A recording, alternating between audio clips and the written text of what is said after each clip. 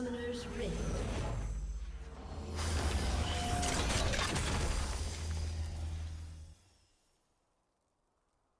Seconds until minions spawn.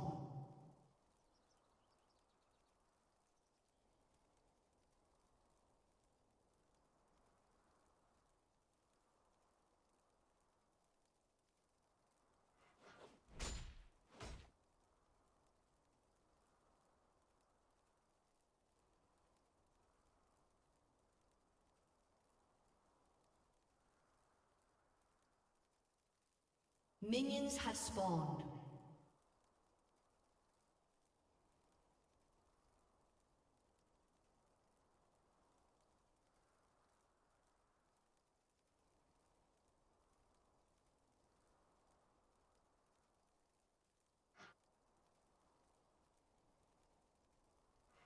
Compromise is so unsatisfying.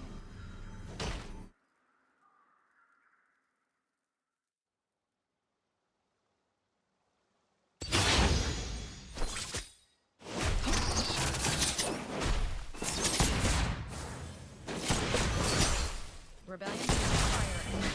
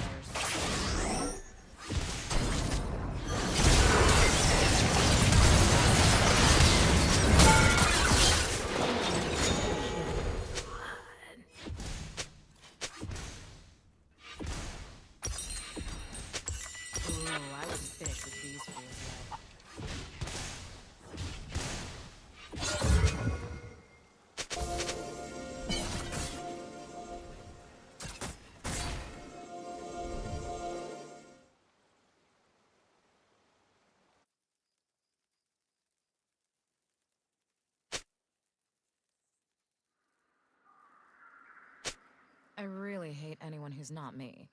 Or Rakan. Eyeball in the grass.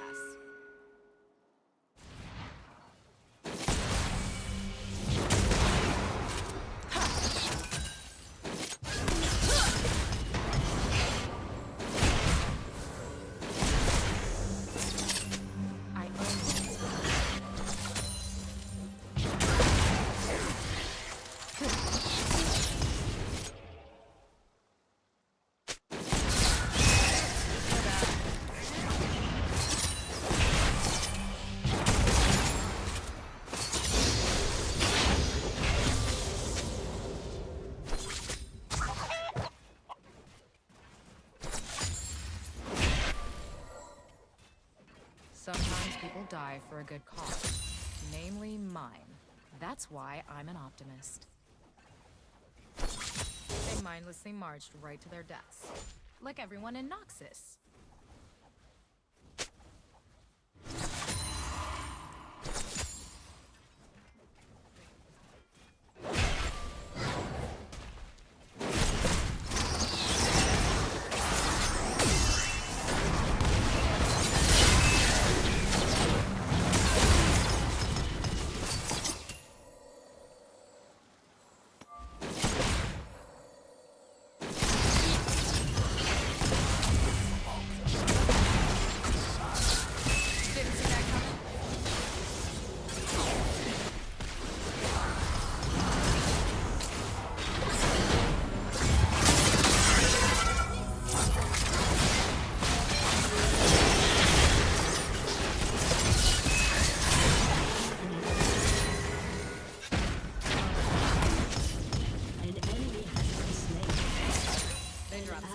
has been slain. I never walk into a trap unprepared.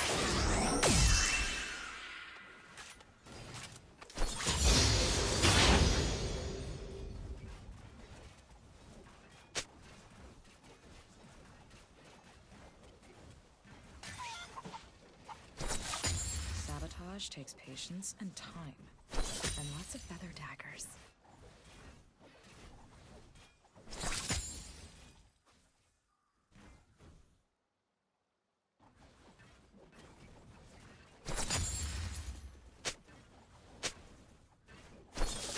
That was too easy, but still fun.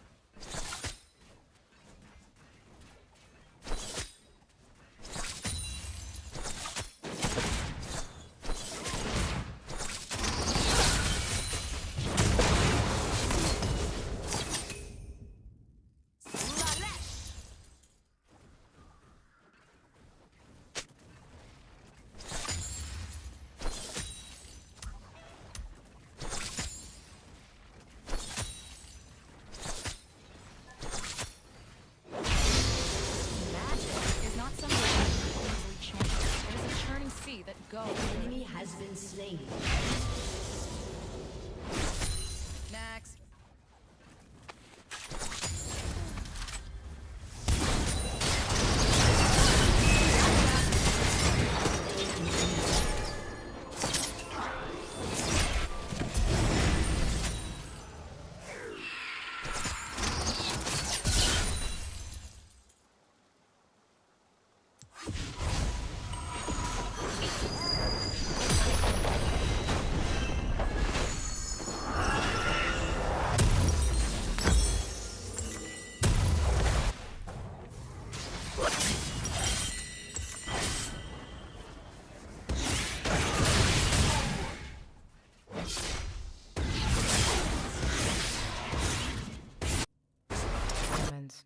They're so very good.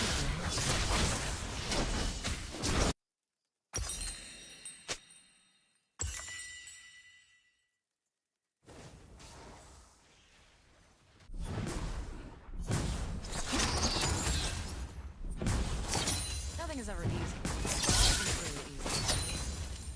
An ally has been slain.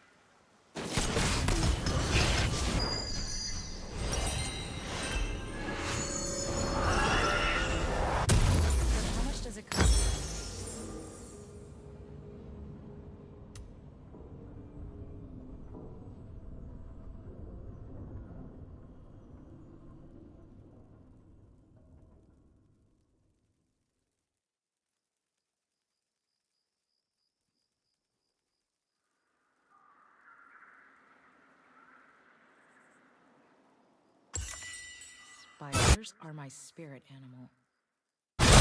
Enemy has been slain. An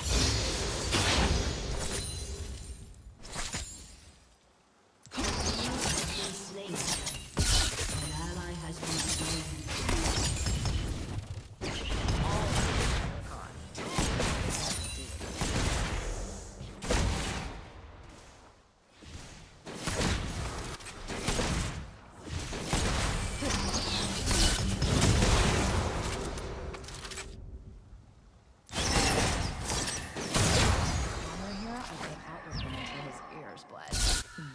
Do that.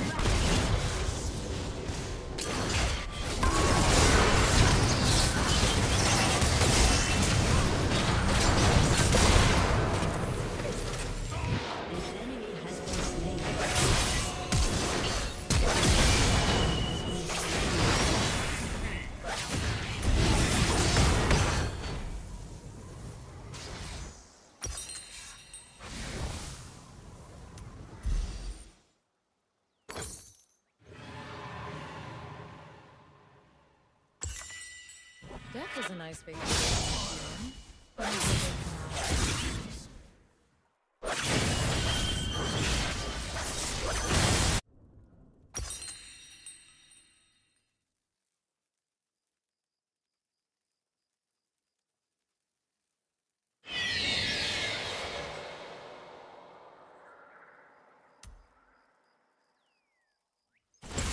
I'll do whatever needs to be done.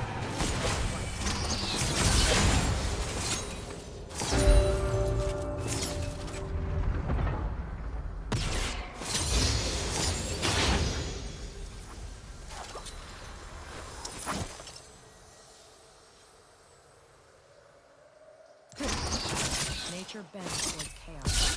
Within or free.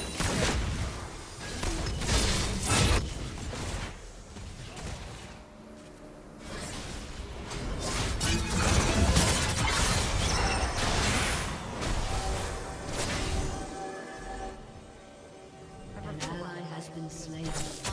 Right. Yeah.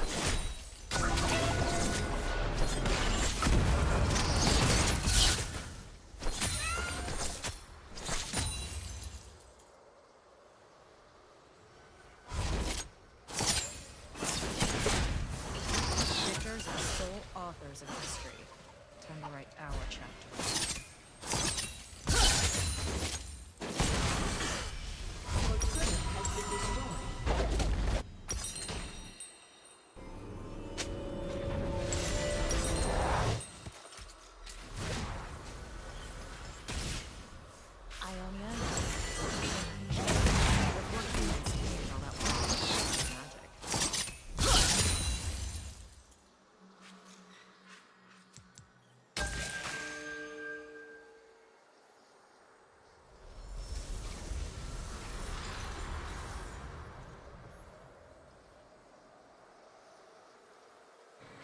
Pandemonium follows me everywhere I go.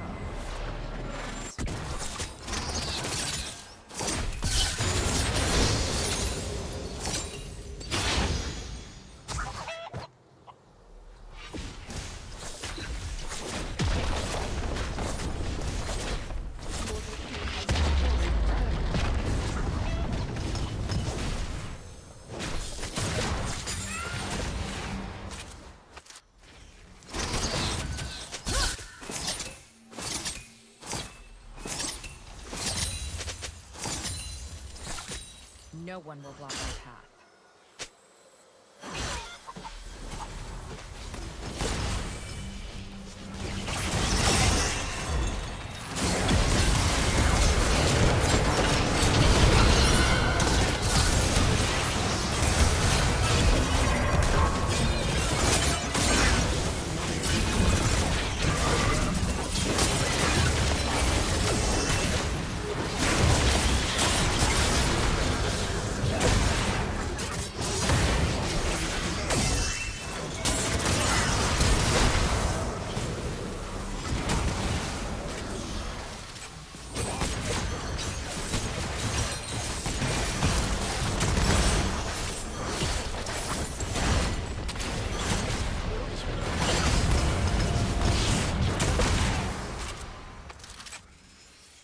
always wanted to be buried and resurrected in this. An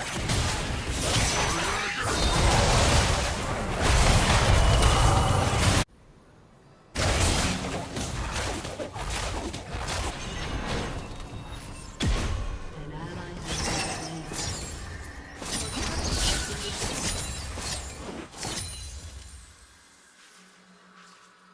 Your team has destroyed a turret.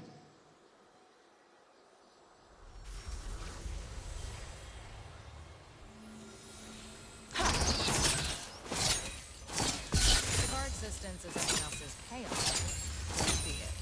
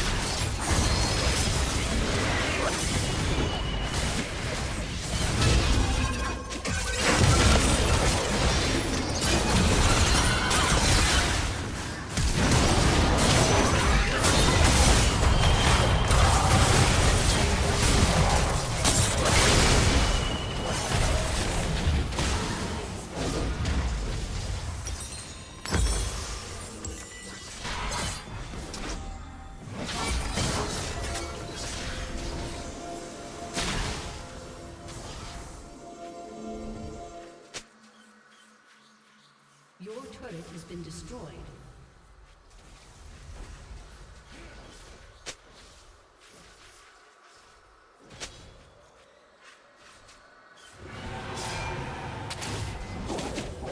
Death was nice and peaceful. Thanks for ruining it.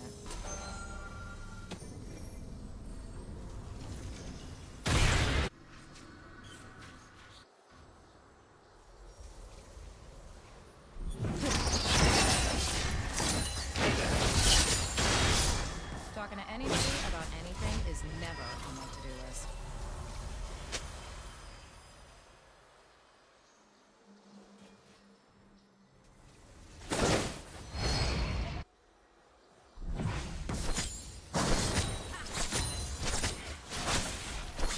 Quit lying! Just a feather.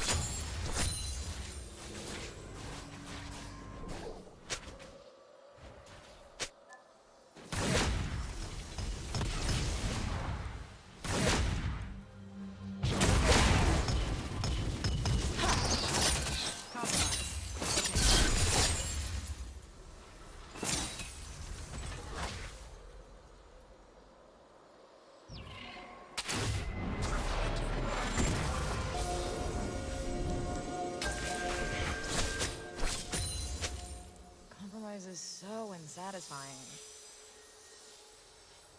The crowd.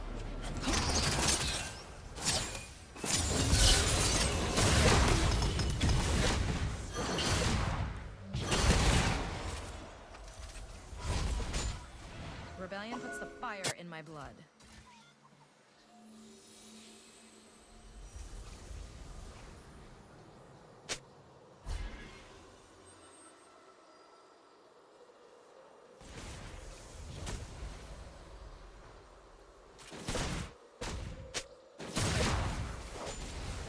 I hate flowers.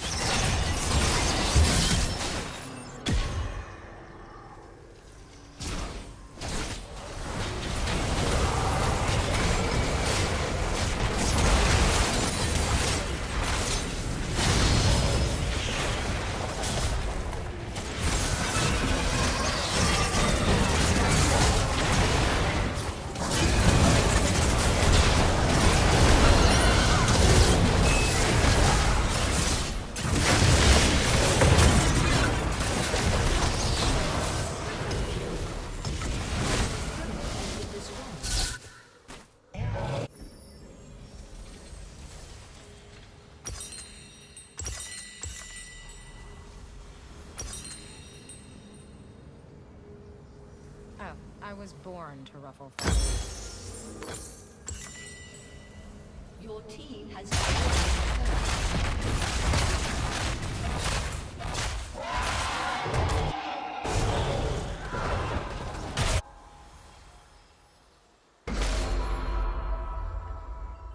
I really hate anyone who's not me.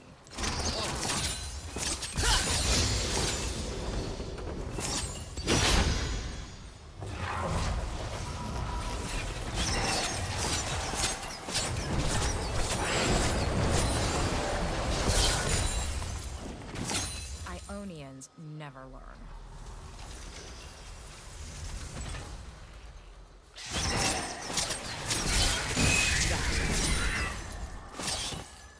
enemy killing spree.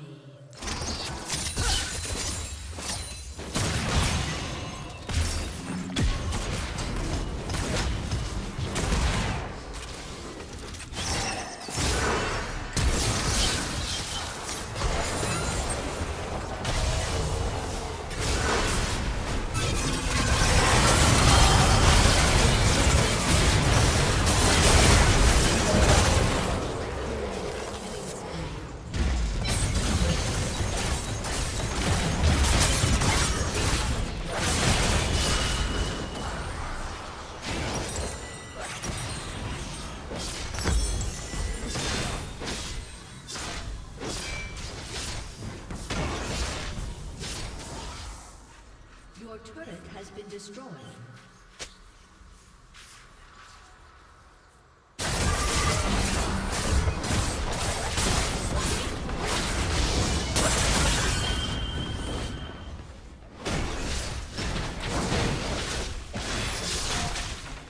Oh, I wasn't finished with these fools yet.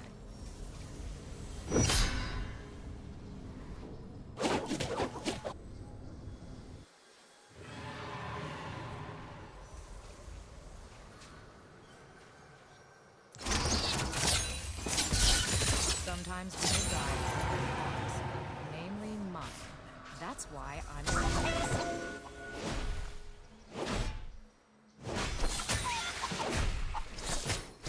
Die, little enemies.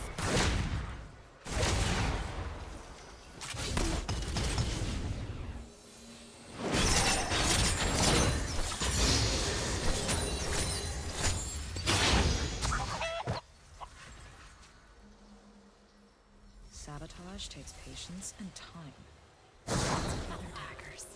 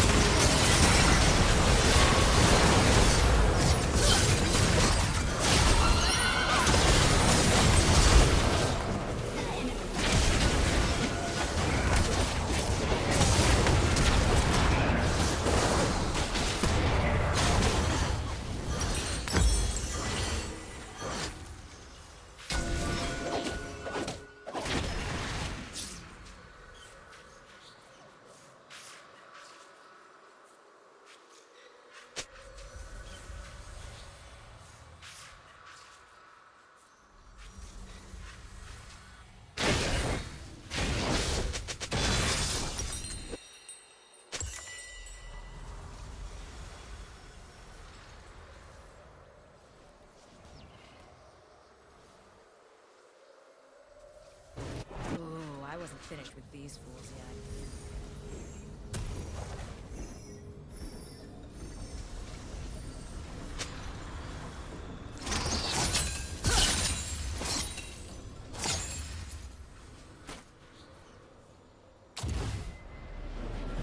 Magic is not some river that can be easily channeled. It is a churning sea that goes where it pleases.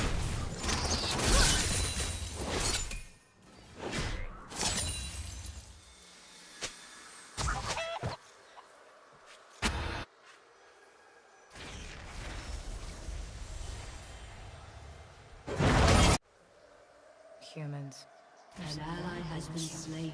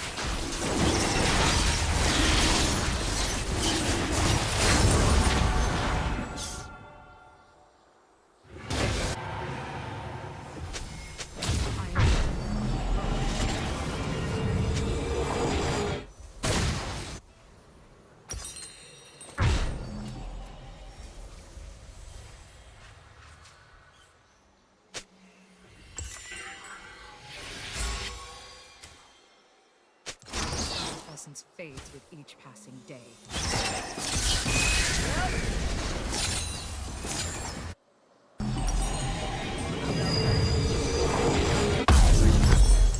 That's where.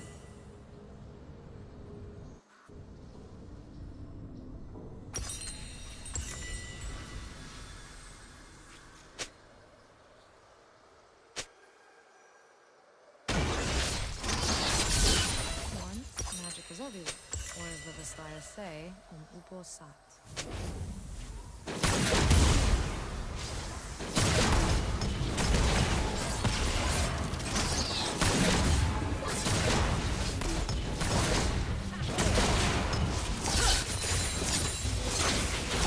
Spiders are my spirit animal.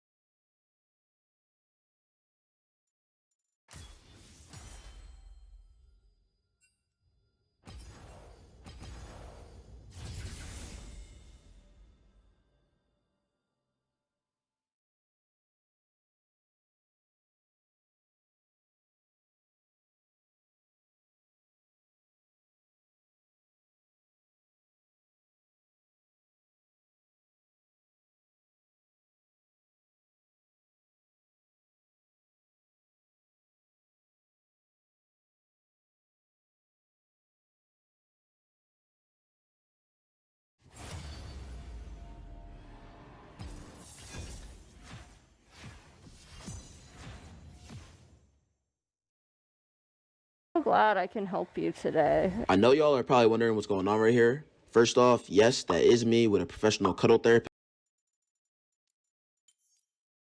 I've needed this. I'm so glad I can help you today. I know y'all are probably wondering what's going on right here. First off, yes, that is me with a professional cuddle therapist. Basically, it's a long story, but if you want all the details, here's what happened. After having my hip surgery, I dealt with immense levels of pain. I would toss and turn in bed. I wasn't. Hi everyone, I'm here with Des today, and we're just gonna cuddle.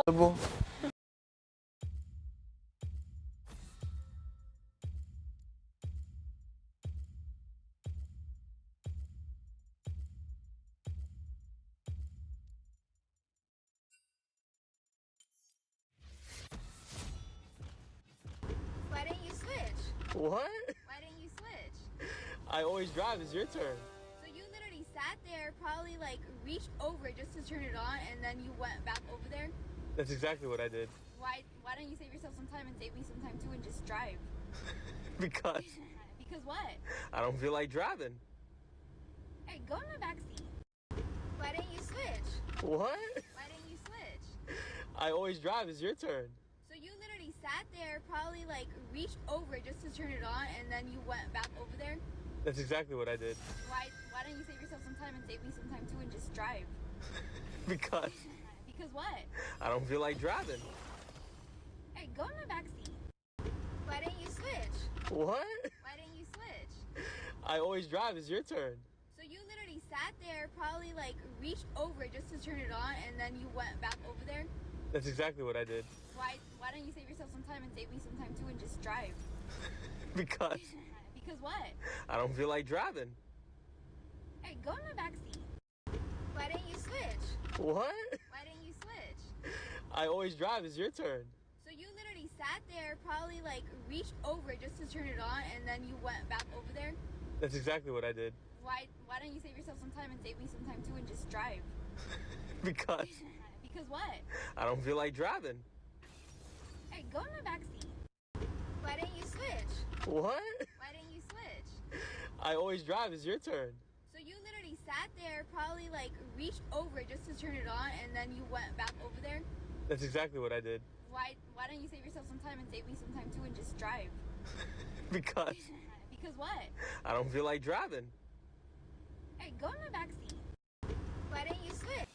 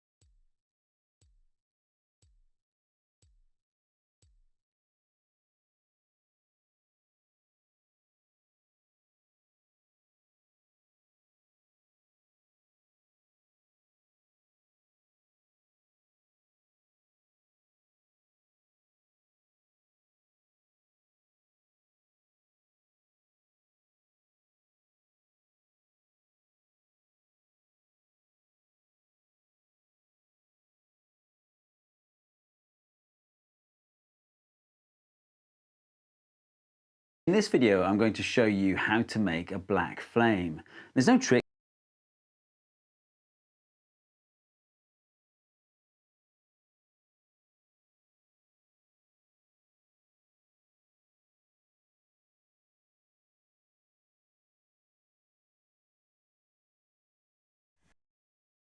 Katie, thank you very much for coming. Thank you for having me. Welcome to Romania.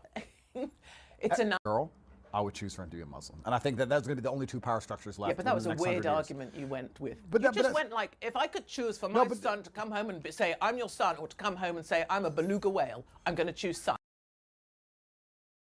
Hey everyone, welcome to another. Right now, I still can't get a copy of it. They won't give it to me. They say it's under investigation. Somebody did it. Yeah. Somebody just put it in there. But normally it would take 4 to 6 months to get this done. Fortunately, I was able to get it done in a month. Otherwise, I wouldn't be here. Well, the really interesting question is the person who did this, do they even have a passport? Are they even a citizen? Who knows anymore? We've entered a new era of insanity where these kind of things can happen and we don't even know who did it. They may not have a social security number. This recently in London, there was I can't remember if it was a stabbing or an acid attack. Something heinous happened in London only a month or a month and a half ago to a little girl. And they were talking about how they couldn't find the guy. And London has the most CCTV in the world. And as much as I believe the UK is a failed society, the Met Police are pretty good at wrapping up the violent people pretty quickly. They do respond and find them. It's unfortunate they only come after the event. You'll get stabbed. But they might catch the guy once you're dead, which is kind of nice. But they couldn't find this person who did this extremely heinous crime. And I made the very obvious point. The only reason they cannot find somebody who did something so heinous in the middle of the day in the middle of a city like London is because they have no idea who this person is. He has no social media, no passport, no bank cards, no footprint. He came on a bus. He murdered a native, and he's vanished. Because who knows it? Who is he? You have a grainy CCTV image and absolutely nothing else. So, I mean, maybe I'm not maybe. I've been called it a few times. I'm a conspiracy theorist. But when you tell me things like this, just sounds like people trying to game the system. And who are these people? Do they even have American passports or citizenships or any interest in the country at all? Or are they just there to exploit whatever they can exploit?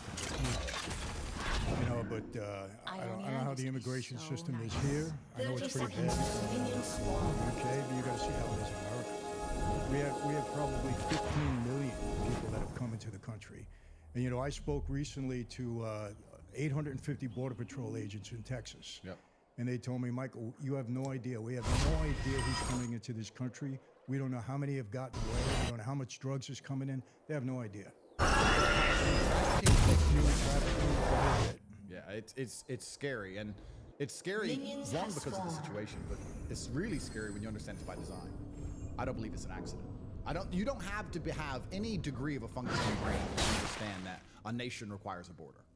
You can't sit and believe you have a nation without a border. It's not a nation. It's not a nation anymore. When I do that. So these people must be doing it by design. Then you have to go deeper down the rabbit hole. Why are they trying to do this? And I see these and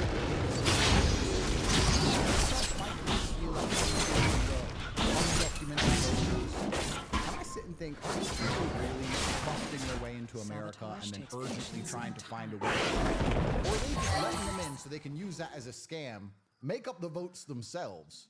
Don't put me in jail. But they'll just say, oh, this is the undocumented vote. And they'll just print it and write it themselves and let's blame them. These people don't even need to vote. They're just the scapegoat for the election. That's what I think. There's only one reason. It's only political. They're letting into the country. And that's they want to turn the entire country blue, the entire country progressive. Yep. They never want to get out of power.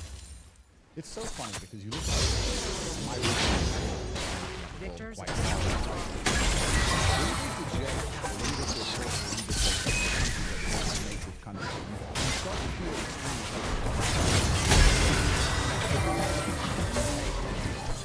I've been in Romania for a very long time, but when you're standing in a Romanian court and there's a Romanian national anthem and a Romanian like, I don't stand up. You don't speak Romanian. No, I don't speak Romanian. I don't have a clue what's being said. It's just like jail. You're like, what? So you kind of feel patriotic, and then I'm looking at my host nations, and I'm trying to find. Because I felt home here until this. You can go deeper down the rabbit hole as to whether America actually did this to me by proxy. That's another question. But you're looking at things, and I see countries like Russia, or I see countries where people can be proud of their leadership. I'm truly jealous. I'm heartbroken. When I see young Russian men who believe in Putin, who believe in Russia, who believe in the country, that must be such a beautiful feeling. I can't be patriotic like I want to be because our leadership is garbage. They're throwing the country down the drain. They're doing it on purpose. And you have to look at who you can't criticize, because I don't truly believe freedom of speech exists anywhere. There's this idea that America has freedom of speech. That's a lie. Nowhere in the world. There's always a class of people you can't criticize. You can't go to Russia and criticize Putin. You can't live in Saudi and criticize the king or Islam. In America, you can't criticize trans, George Floyd, all this other garbage. And I'm like, well, every single country on earth is going to have these taboo subjects. At least if you're not criticizing the leader who you believe is a national interest in improving the country. Okay, you may not agree with everything your leader does, but if you know he's trying to help the country, you can be like, okay, But what are the LGBTQ and George Floyd doing to benefit America? These are the people who are off limits to Britain. I'm not allowed to say I don't believe they're acting the right way. Otherwise, I'm going to be punished. So unsatisfying. And they don't benefit the country in any way at all, ever. Not only do they not benefit the country, but they're in such a minority. Our leadership panders to them like they're the most important people in the world. Yep. I don't get it. I really don't get it. That's, you know, and I try to understand what their motive is on this. I can't understand it. I think their motive is primarily to just damage society at every level. I think, and once again, not to be pessimistic, but I believe they come to the conclusion that the American dream is on its way out. The empire is falling across the next 50 years. They want to put themselves in like a typical crypto pump and dump or stock Ponzi scheme. And they're trying to divide society to the point where we don't realize what they're doing.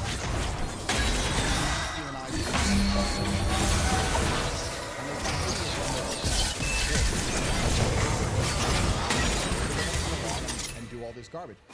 I did a podcast recently. I was talking about trans swimmers in sports. We were talking about how ridiculous.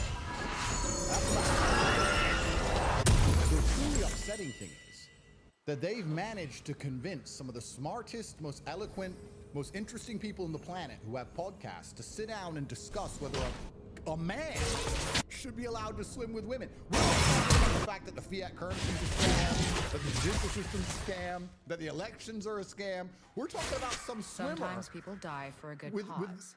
Namely, male genitalia, destroying female swimmers. That's what they want. Because they've put up such a smokescreen of garbage that we're sitting here trying to go through the garbage. And the only reason we have to do that is they're slave money. They will believe anything they are told, anything they are told. You end up having to argue against, like you said, the very vocal minority, 15% of whoever they are. You believe that man with a wig is a woman. Why would you do that? They just fund. The patriot in me is heartbroken. It really makes me sad. And you know, the hypocrisy in all of that is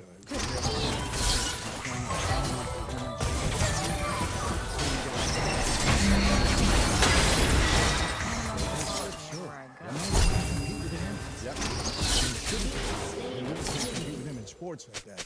It's a known fact, but yet they're forcing it on everybody. And it's, you know what gets me, Andrew, more than anything? Listen, I was on the street for 20 years. No bones about it. That's who I was. But that's who I was. I admit to it. That's who I was. The hypocrisy in these people is what gets me more than anything. They're such frauds. They're such liars. They get up there and politicians get up there now. I read an article. In 17 minutes, Biden got on the air and lied 15 times. They fact-checked 15 lies in 17 minutes. And you talk to people about that, and they say, well, it's politics. I said, it's not politics. It's lying. Yep. If your partner lies to you once, maybe twice, third time, fourth time, you're done. 100%. These guys lie to you every single day, and you support it. You say it's politics. It's lying. And the worst part about it, they lie to the detriment of the people that are supposed to be. And that's why I've been ranting and raving. You know, I almost lost my tour in the United Kingdom.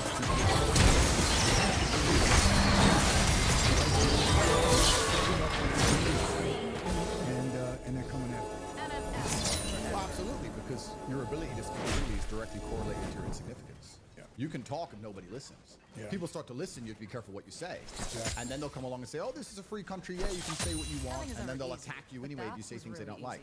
The free speech psyop, well, it's very interesting what you said about lying in politics. I want to talk about that in a second. The free speech psyop is interesting because America as a country is unified by two things. One is money, and two is this idea of freedom, which doesn't truly exist, I believe. Party days are my favorite. Other nations may be unified by a language or a color or a flag or a national interest, whatever. But America's unified by the idea that most people believe one day, and they're unified by this idea that they are freer than everybody else. So I think to keep this scam alive, they have to allow people to do stupid things they can't do in other places. Because you can't vote for a platform of leadership.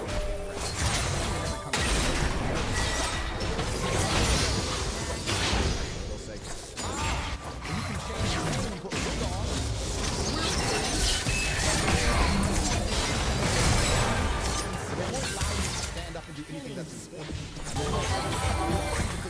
garbage that nobody wants to do anyway, unless they're psyops. It's really interesting what you said about politics and life. That's the ultimate slave mind. When you say people go, oh, politics. They've got us to a point now where we think it's perfectly acceptable and perfectly normal for the people that we hire to represent us to just lie the entire time. And I mean, that's fraud, in my blood. I don't know. You're representing my constituency, and you vote against my interests every single time. 100%. Listen, you know, and again, some people say, well, Michael, you were in the mob. I said, exactly. But I didn't pretend to be, you know, fighting for the people. We were fighting for ourselves at that point. However, I will tell you this. We treated people better than 100%. 100%. Our communities were safe. Our neighborhoods were safe. We didn't prey on anything. These people, okay, they lie, they get on the campaign, say this and that, they get in the office and totally reverse themselves to the detriment of the people that put them in office. And to me, there's nothing worse than that. Nothing worse. I agree. And then the only way this makes sense is if you look at the political and understand who they actually are. Because people say, why are they doing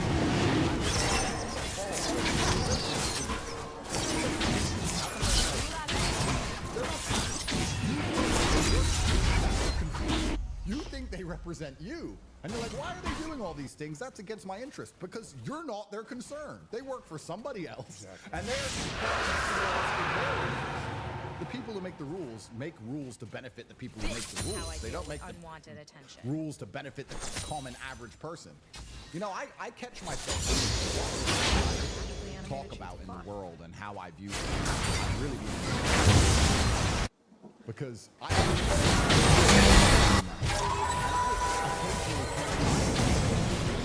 catch myself being a little bit, if I meet somebody who I went to school with, and we grew up in the same area, and we've had the same amount of minutes of life, and I managed to be monumentally successful, and they can't pay their bills because they were too busy smoking weed, I don't feel sorry for them very much. I'm actually like, well, you're an idiot. You could have found a way out. You could have tried harder. There's always a way. You didn't try hard enough. And if you extrapolate that out, I'm somebody who's only 14 years ago. Imagine you're born into a banking beast. Imagine you're born into a lineage of people who have always. Imagine how you're going to view the common man. They think we're cockroaches. They don't care about us. They have no concern for us on any level because they believe they're completely different. They're in a different class. They don't believe in nation states because they're globalists. They're above us in every way. They print the thing that we all slave around and run around for money. Of course pass laws that for the same reason, I'll make a law or I'll make a decision in my house. It is a churning sea. And this is the reality of it. And I don't know, I'm very interested in how that ties into your story with the mob and getting rich. Did you ever get to a point where you're like, you know what? You common people. You get to that point. I don't really want to talk to that, but you know, listen, we have a to pity people. In our country, everybody has an opportunity to do this. There's no question. And you got to look at somebody.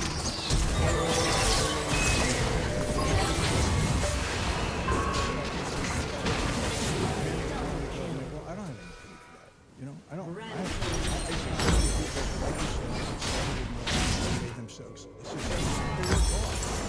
took advantage of the system when they could. So yeah, look, it's not. You know, you. Good. I have to check myself there. You're okay there. And another thing I think that's getting scary in the world, which is also an interesting thing. Perhaps this is modern. But I see a lot of these crimes and a lot of things happening, and I particularly pay attention to British because I feel more British. Every single day, shootings, and London's getting really bad. And I was talking to someone, and I said, I'm not saying that in a horrible way. You can't get on a train because there's someone on that train who can't pay their bills and is on the reality. To them and they just pull a blade and start stabbing people. You can't walk around in the house. You can't go where there's huge gatherings or stabbing or riot. It's getting to the point and I can avoid 99.9% of the world's problems besides the government because then they come for you. Yeah. But it's getting that way and I don't feel like, you know better than me, that the world used to be that way. The common man would be a good person, they was fine, they loved their family, and they had a degree of respect. But in certain towns in England, especially now, you try and go anywhere, and people aren't affluent. They've lost all sense of morality. They just think, oh, okay, well, it's free for them. And it's dangerous. It's getting more and more dangerous to be around or just do a common thing or a normal thing. Public transport, malls, anything. No one will block my path. In your view, because there are no consequences for these people? I think they've been minimized to a degree where they can get away with it? That's certainly part of it. But I do believe that humans are intrinsically good. Further and further on the scale, which is what's happening. We just end up finding an enemy of something. The homogeneity of society, whether it be race, religion, anything. When you have nothing at all, you add on the pressure of people not being able to pay their bills. You add on the pressure of how unfair this world is and how unfair all the systems we live in are. I think there's just a lot of pressure on people to just. I don't think a lot of people take credit. Talk from jail. We can talk about our jail. Let's think of this. If you're an immigrant, and I don't know this, I'm just guessing, because I try and put myself in other people's positions, right? I try and pretend I'm them. If I live in a strictly Islamic country, I'm going to be bound because I've seen terrible things happen. And I'm going to have this view of the West as this all this other garbage, right? And I'm going to leave my realize that one, I don't have really very much money. Other people may have some money, but I don't. Two, nobody really wants to give me a job. Three, the women don't. All these people in the music videos. And I go up to them and I'm like, hey, and they're like, go away from me. That offends me. What do you mean go away? Why are you telling me to go away? Because I have this promiscuous with 10 other guys who have no jobs.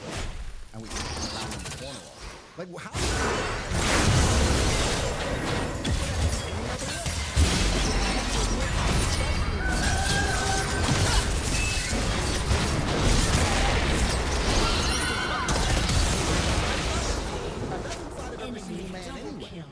You add in the war zone and these other survival levels and these other water levels, they just don't care.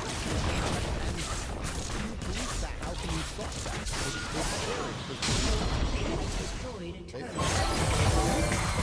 That's the problem with all of this. Well, you know what? In America now, they don't even want the police to do it. I mean, it's gotten so bad. You know, people said to me, they had this whole movement, I don't know if you remember one, it was defunding the police. And genius idea. You know, I said to them, let me ask you a question. You know, Michael, what do you think about it? You know, you don't like the police. Just stop for a minute. Let me ask you a question. I'm on the street again, right? I'm doing what I'm doing. Rudy Giuliani, everybody knows him. He comes to me, he says, Michael, don't worry about it. You know, if we lock you up on a RICO case, you're going to get out right away. We're not going to give you any bail. No problem. You know? Don't worry about it. We'll give you you think I'm a better person criminal to begin with? Of course not. When there's consequences to your actions, you're going to go wild. Yep. And that's what people, that's what they don't understand. You need law. That's what they don't.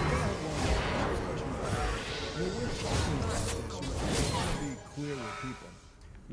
We're saying these things because we see something going wrong, and we want to fix it. You know, when I go on a because I see them lying, and I see them doing it to the detriment of the people, and that's why I get upset. Because I happen to love my country. You know, I was born and raised there. Hey, you know, I did what I did, but I understand when I went to jail, I deserve to go to jail. Yeah. I deserve to go to jail. I love my country. I got 7 kids, I got 7 grandkids. I want the country to be right. Absolutely. When I see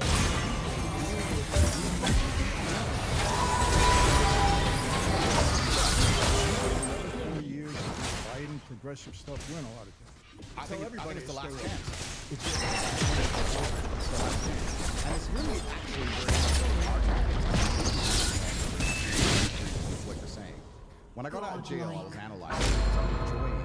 I'm a very lucky person. God has blessed me with the experience. So I'm trying to understand other systems around the world. And I was like, well, where is fair? And you start to like go down the rabbit hole a bit.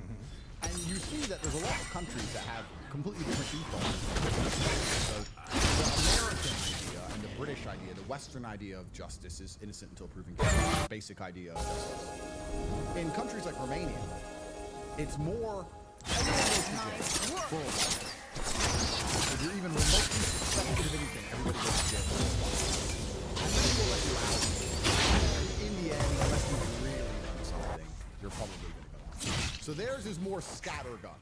It's more, you looked in a car window, and there was a car that's how they work. Now, that obviously comes to detriment because you end up in jail with a bunch of people who perhaps don't belong in jail. But then I look at the society here. We're in the poorest country in Europe. I walk around with $1 million watch. I had a $5 million Bugatti. I park it on the street.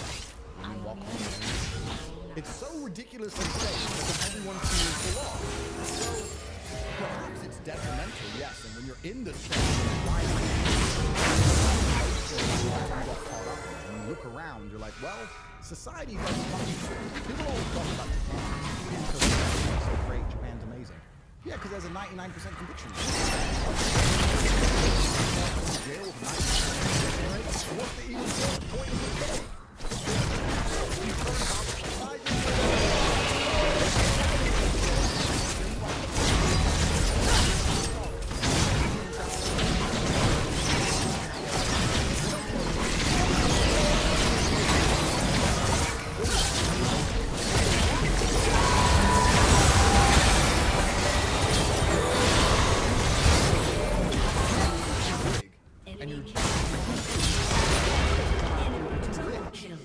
there were 2 enemies. Right. You know, that's the worst position to be in. At least in a country like Japan, you know, as long as I don't upset the law, I'll probably be okay.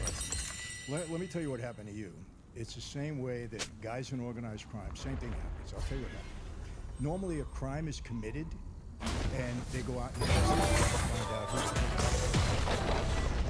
who's somebody like yourself. They're investigating you, trying to figure out if you did anything wrong. Correct. It goes the opposite way. Yeah. And that's what they do with guys like us. Okay, he's a bad guy. Let's figure out what he did. Yeah. So they start investigating, surveillance, all that, until they can know he That's what happens. And I've said this to many people. I said, you don't understand. You don't know the system. Whether you're Romania, the U.S., it's the same thing. You get high profile like that. This is 100%. They do not get a crime and try and find the name. They get a name and try and find the name. And most people have no idea how all of these things work. They have no idea how ridiculous the legal code is in every country. You don't know the law. You can live in America your whole life. And when you go to a court, it's all subjective. They can have a page of law, and they can have someone there at 10 a.m. who goes home, someone there at 11 a.m. who goes to jail. You can go to jail. The next time you go to jail, you go to jail for 4 years. It's all subjective. And that's what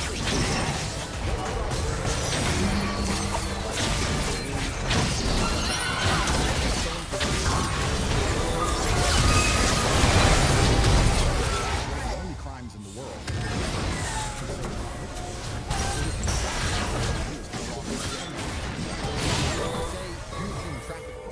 Because you, for financial gain,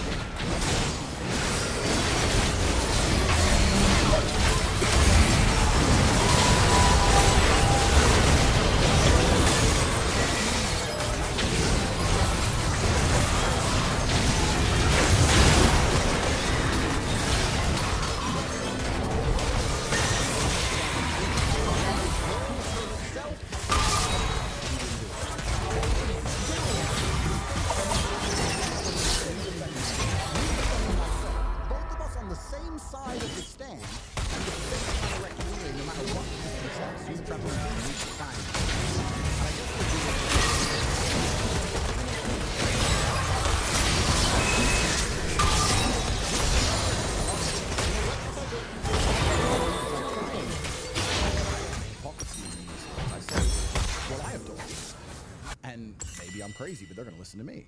And I'm going to have a big influence in their life. But we're now living in society in the West where we're saying women shouldn't have to listen to their fathers. Women shouldn't have to listen to their boyfriend. Women are sovereign individuals who can come to all their own conclusions because they're adults. Fine, I agree with that. But if that's true, you can't then say that they're so stupid that they'll do anything a man tells them to like this and that they can't tell their own point of view in court and that they're just lemmings. Which one is it? Yeah, it's one or the other. It's one or the other. So they're trying to push all of this feminism thing, but the second there's a man they don't like, they turn around and say, women are not sovereign, women are stupid. They call me a misogynist. The courtroom is misogynistic. I'm sitting in a courtroom where a girl is saying, he's never done anything to me. I asked him how to get famous on TikTok because he was famous on TikTok. They put this together based on stupid YouTube videos. They're trying to take him down.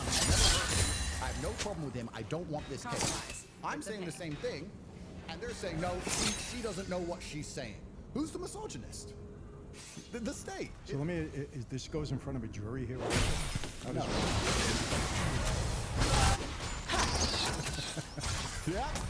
Yep. Welcome to the judicial system.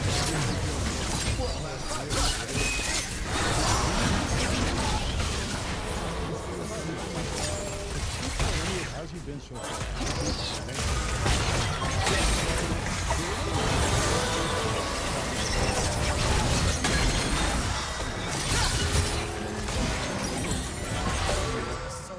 Whether I win, if I win, they appeal. If they win, I appeal. You always win, which has 3.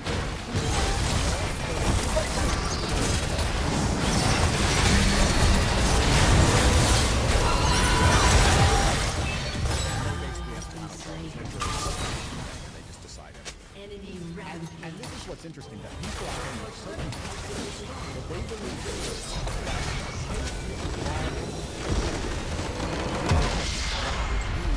will affect the streets of New York. It'll affect 20 million people. You think they're going to leave that up to someone with a law degree? Do you think they're just going to leave it up to some guy with a gown who studied in a book?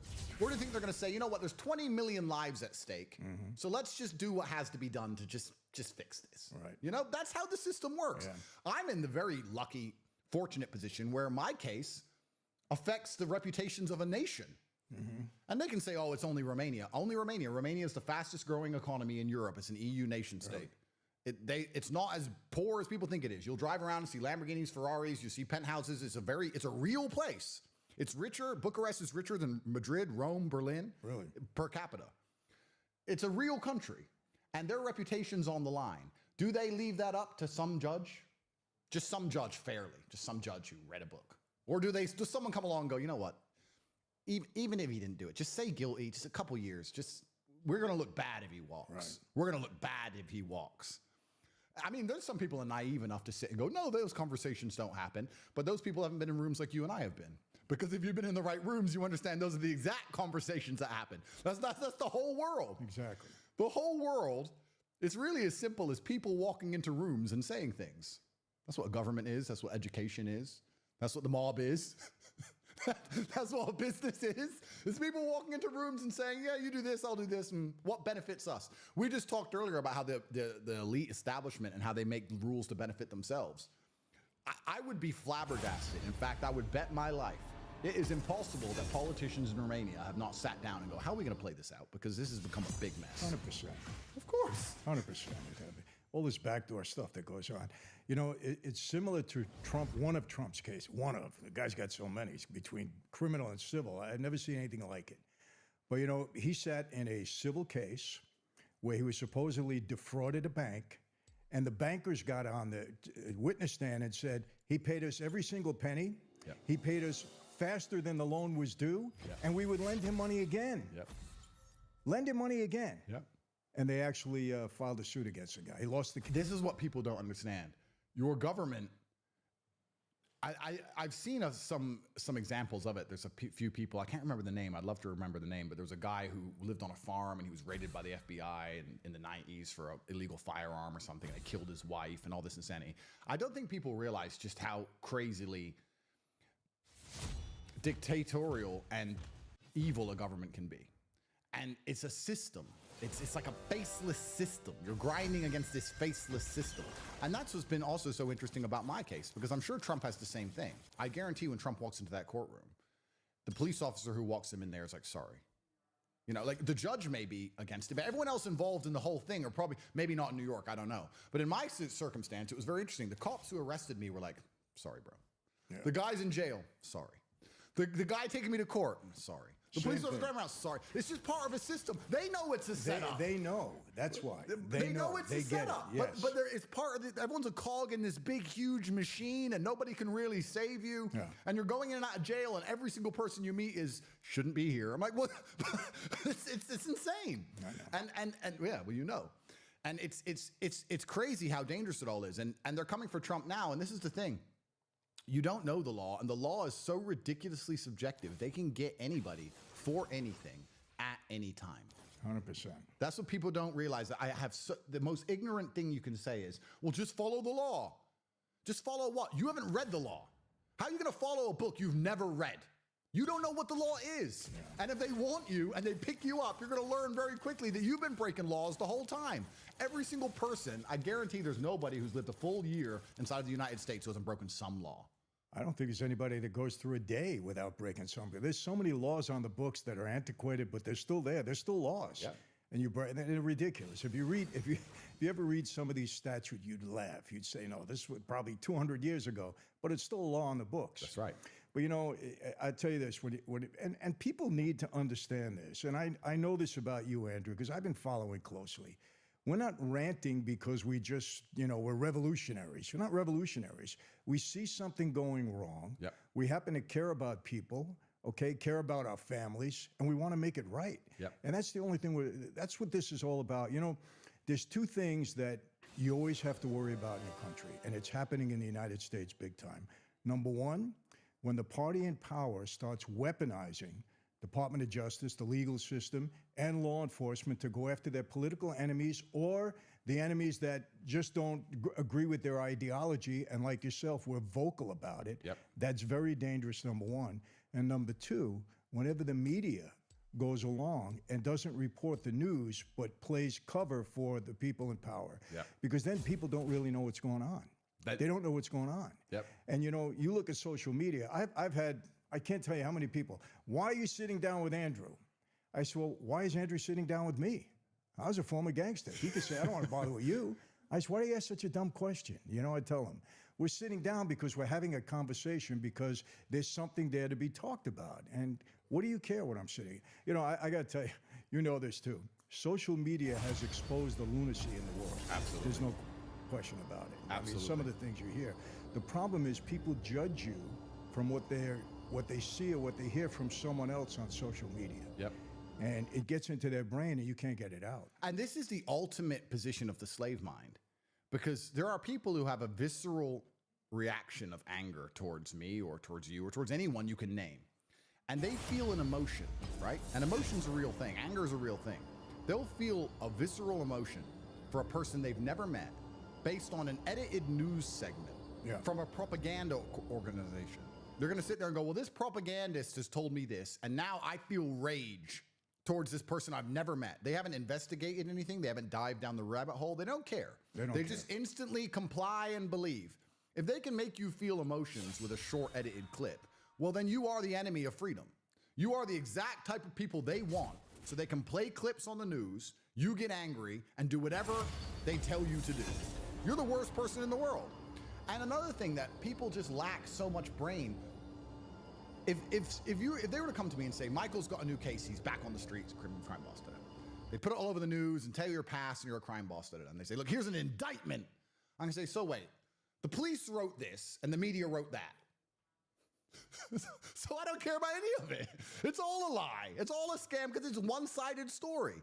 People are going to be full-grown adults and not understand that one-sided stories always end one way. You can't ask the media or the police anything about anybody.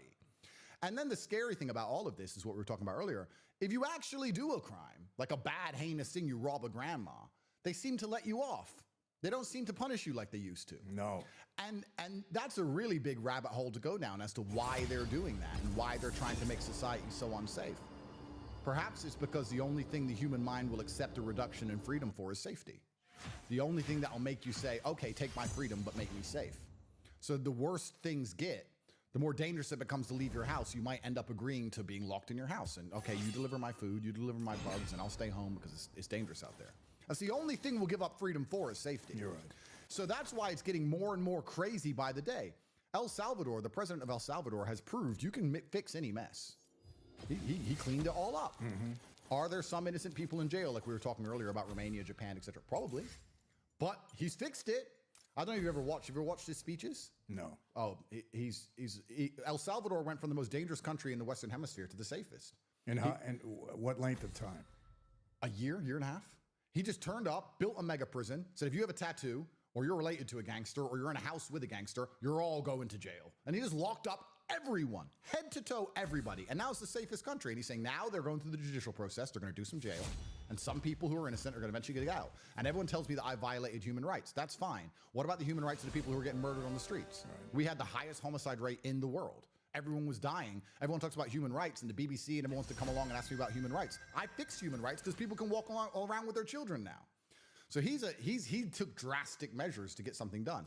I'm not saying America should do that, but I'm saying I'm sure with the monumental resource they have and the amount of time they spend going after Bitcoin millionaires like Roger Ver, or in trying to convince the Romanian embassy to put me in jail for talking online, or keeping an eye on every single person who's a Trump supporter, perhaps they could, I don't know, stop grandmas getting murdered if they wanted to. All they need to do is go back to the way it was and enforce the law. That's it. Yeah. They don't have to do anything real drastic. They have to stop minimizing what they're doing now. You know, it's amazing. You get a guy in organized crime, and I have to keep going back to this. They'll investigate him for 10 years for shaking down somebody for some money. Yeah. Not beating them, just shaking them down. Or, you know, for gambling that the government is running now anyway, you know. So many of my friends went to jail for gambling, and the government is now in the biggest business of gambling that there is. Of course. Yeah. You know, all they have to do is enforce the laws the way they used to. They don't have to do anything drastic. That's it. Yeah. And they won't do it. Yeah, they won't do it. And it has to be purposeful. And that's what's scary. When I have to tell my daughters, you know, I have to give them pepper spray to carry around. When I tell them, when you go into the parking lot, make sure you look around you because people are waiting, you know, by your car to grab you and either kidnap you, human trafficking. Yeah. That's real human trafficking. 100%. When they throw you in the car and drive you away in your car. And that's happening in affluent neighborhoods in California, where I live. It's happening. It's you know what's crazy about this? I think this is one of the reasons why they've been so determined to detriment the contribution of masculinity to society, because maybe I'm paranoid, maybe I'm crazy, but I think true masculinity, I see danger everywhere. If I walk from my car to the restaurant, my heart beats a little bit. Like if I get out of my car, I'm the same way. I could totally relate to that. I've got guards with guns. I've got security with me. I can't carry a weapon. I'm on bail, but I have 3 men with guns, and I still get out of the car. And that's how I am. If you have that healthy degree of fear and protectivism inside of a society, inside of the societal mechanism for making laws, you're going to be a lot more careful about opening a border, a lot more careful about letting someone off and not giving them or giving them a cheap bail when they've done something. You're going to be the kind of person who's like, no, safety first, we're going to protect this. But when you add in all this subjectivism and this garbage and this feminism and this racial, oh, it's not his fault, or it's not her fault, or it's not this, they didn't do it, it's this, it's that, human rights, bunch of garbage. You're removing the masculine capability to just protect what it cares about. I think one of the largest smear campaigns against Nature bends towards chaos. is I get called hateful all the time. Or break. The BBC who hate me. The 30 BBC, seconds until they're the minions propaganda arm of the spawn. British government, and the British members of parliament stand around in parliament. It's the only time I watch those clowns. And they sit around talking about Andrew Tate's the worst thing that ever happened to this country. Not the stabbing, not the drugs, not the open borders. No, Andrew Tate said go to the gym. He's worth a 2-hour conversation. Only time I've watched them clowns in a long time. So the BBC, Andrew, this hateful ideology. There's no such thing as a hateful ideology if you love someone. You're not hateful if you say, I love America and I don't want those people to come here. You hate immigrants. No, I love America. There's no light without dark. There's no equal and opposite forces. If you Sometimes love anything people die on the for a good planet, cause, you'll be called hateful namely against mine. something else. That's The only why people who I'm aren't an hateful are optimist. people who don't love anything and don't stand up for anything. The people who are just empty vessels waiting for the slave mine programming to convince them to be mad at us. If you love anything, you're a hateful person against something else. They'll call you hateful because they'll weaponize it and they'll try and take away the love aspect. I don't hate anybody or anything.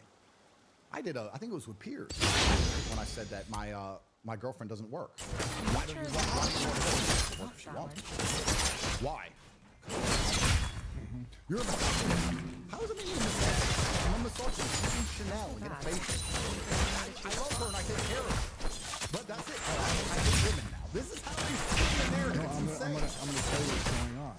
There is a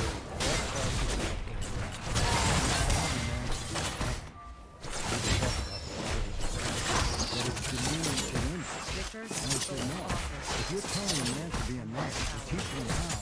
That's a benefit to him. Absolutely. And they don't get it. It's like you're taking women's rights away by being her man. Yeah. You know, look, I'm married 39 years. Yesterday, actually, 39 years. Congratulations. Thank you.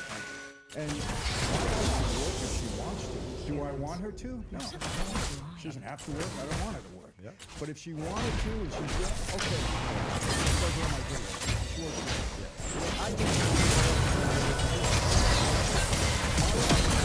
don't want another man or anybody else telling me.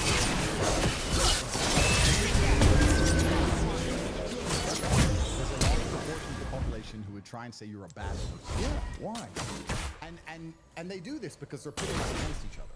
That's why they're trying to the point where they will say if you're every man, you are harming, which of course is false. But they try and get the genders divided. That's what they're trying to do because genders being united. That's the basis.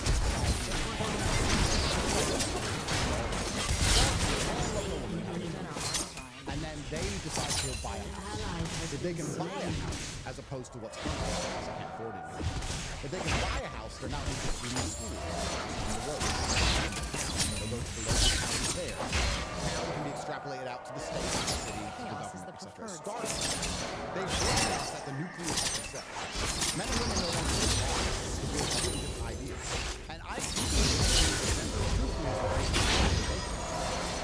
gender dynamics are now so fundamentally broken in Western societies that how can you build a society on the top of it? How can you build a society on top of women who don't want to listen to their man ever?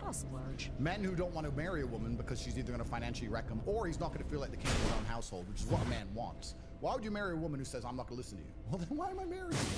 What's the point in any of this?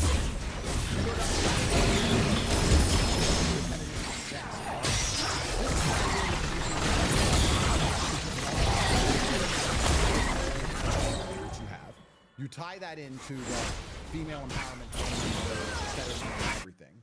You also tie that into everything that happens to them as a man's fault.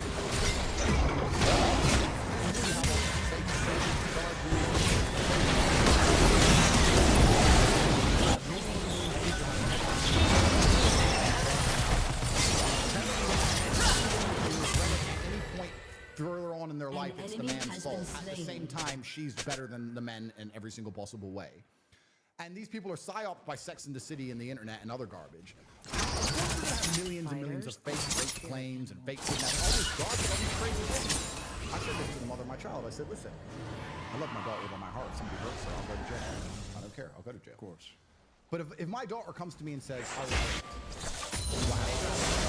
went out with a guy and I got drunk and I was drunk with him and I went to his house and we kept drinking and then I went in his bed drinking and I took my clothes off and then I had sex with him, but now I think because he ain't texting me, I don't want to. I'm like, I can't in good conscience kill this man. This subjective garbage has come by the basic breakdown of even gender dynamics. So we have masculinity under attack on every single level. I think Tristan, some guy, old friend of mine, since I got this from the Nothing is ever easy. I get all these girls. You can hang with me. And he's like, oh, that must be fun. I don't meet anybody. I don't trust any of it. Because there's no longer even consent in the world for a man.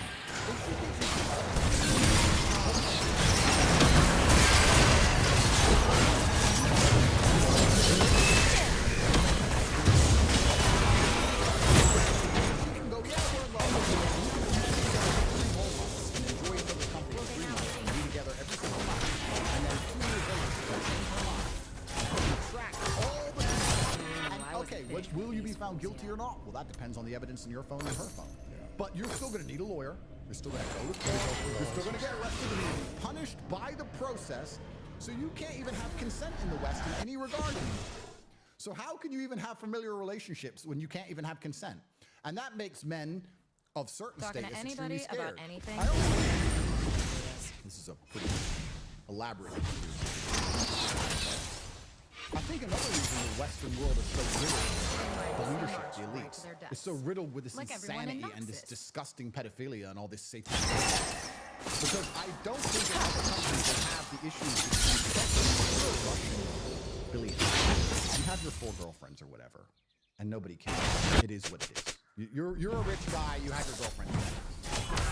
We have a world who know that they can't ever truly have consent from a woman, or they don't want to be seen with a woman or whatever that is. The world's just people going to rooms and talking to each other, and they say, hey, there's an island where you can have fun. Nobody will know. Don't worry about it.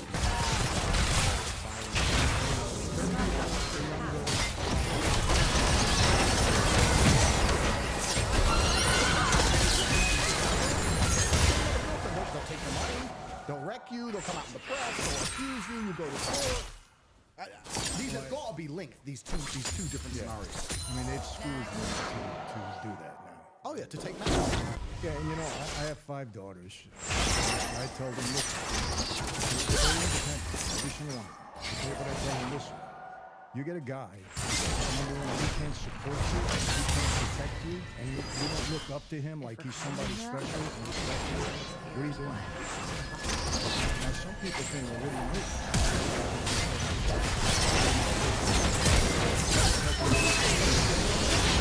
You want a man to be a man. It's not demeaning to him. It's not so he's a man. He's different. He's a different man.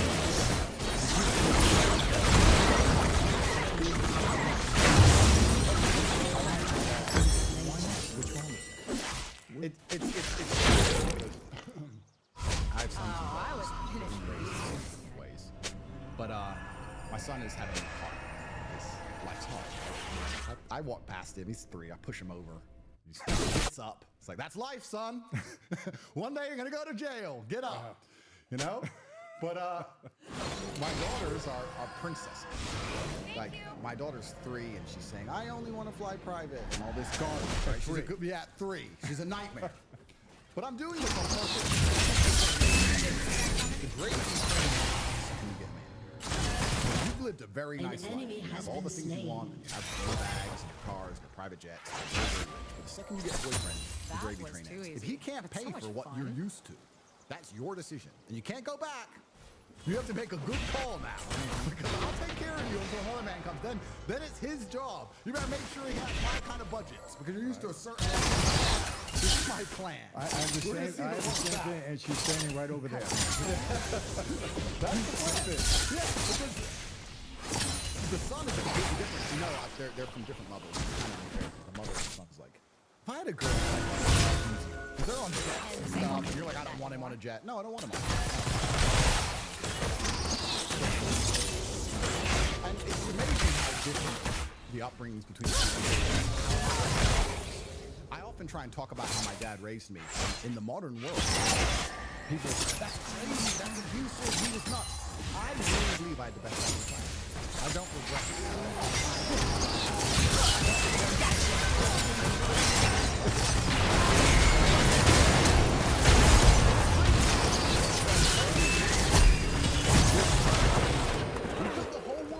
The pyramids were built when kids couldn't talk back to parents. The Napoleonic Wars, Mozart, the cathedrals, every single thing you see that was created less than 30 years ago, more than 30 years ago, was created with discipline in children. And now we're coming along saying, oh, you can't discipline a child. You can't tell them to be quiet and sit down. My dad used to say this all the time. He had a saying. He said, I don't negotiate with children. Yes. He'd come in and he'd change the channel. I'd say, oh, Dad, I was watching that. I don't negotiate with children. We're not having a conversation. There's no negotiation. Be quiet or face the repercussion. I was like, oh, yes, sir. Okay, then I guess I'm watching this. You know, so the world's gone nuts. And I was saying this the other day. I saw something on TV about mental illness. I think a lot of the mental illness I'm not talking about even when I got out of jail, I had nightmares. Romanian jail is a unique experience. I'm not talking about that. I'm talking about the overprescribed mental illnesses because every kid in the world is mental illness. And they're talking about OCD and ADHD, etc. And there was this kid who was walking down the stairs, and he had OCD. And if he didn't walk down the stairs in a particular pattern, he would skip one stair, turn around, go up the stairs, and do a hop. parents saying that if he doesn't go down the stairs in a particular way, and we put him in the car, and he has a mental breakdown and starts screaming, you have to turn the car around, let him go down the stairs, and he'll go see me. Magic was everywhere. I've never seen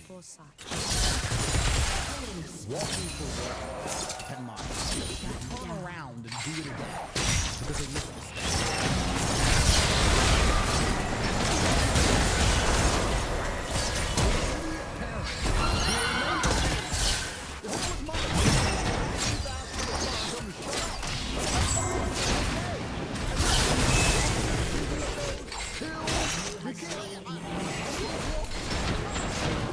It's the same with ADHD. They say, oh, I wonder why. Your child has video games, iPads, it's enjoying this very fun life. It goes to school and has to sit down with a boring book of math and doesn't want to. Well, duh. That's not ADHD. That's lack of discipline. Nothing good can last, I suppose. You said something very interesting that people wouldn't think would come out of your mouth because you're a misogynist. Of course.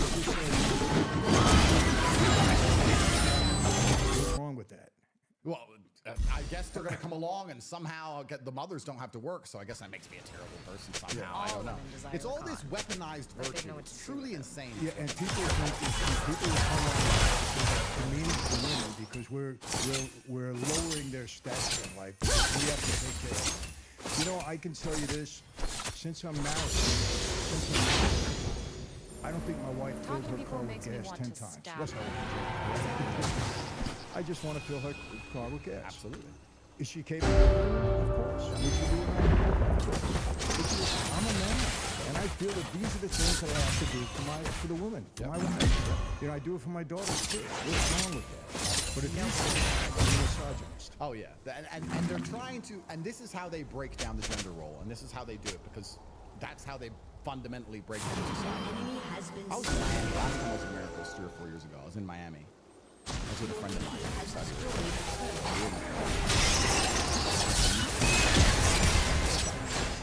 What about that? And he tuned it to me and he goes, yeah, there's no clubs in Saudi Arabia, but it's wives. And I just looked around and was like, these girls.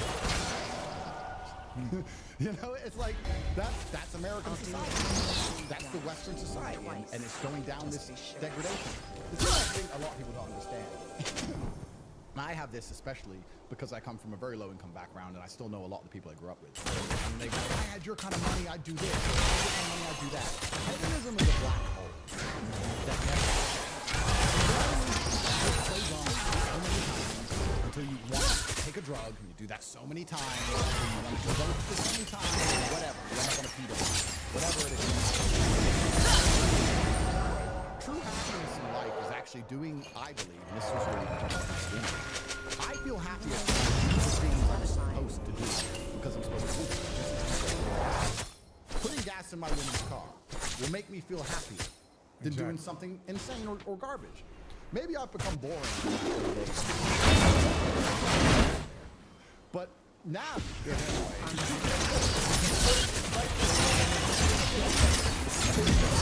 all my emails. I had a good day. Like maybe it's getting that right. I know when you're younger, you're a bit more reckless in these kind of things, but a lot of young people, a lot of men, what you're supposed to do is fulfilling your duty and out of yourself and fun. That's the only fun you need. You don't need the fun of trying to chase all this dog and getting into this black hole. That doesn't lead you.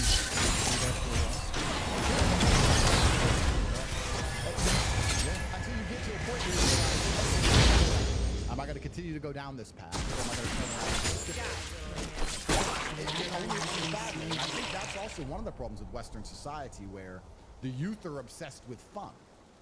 If you look at other societies,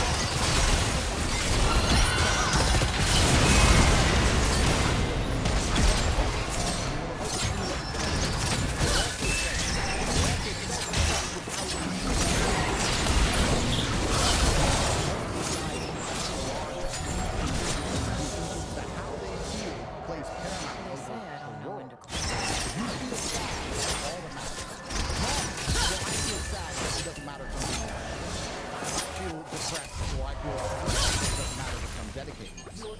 No. What matters is how you feel right now, which means they only want to happy. Maybe they only chase happiness.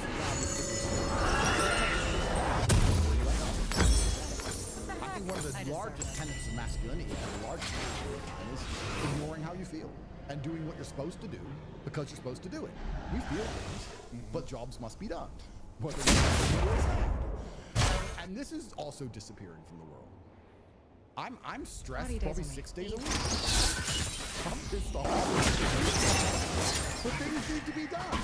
So you just have to do them. And when you have a whole contingent of the youth obsessed with only being happy, I think this is a large reason that can silence them so we can there's no that way. Without getting into the cause, I don't know if you know what's going on in the United States. A lot of protesting going on at universities. Yeah. Without getting into the cause,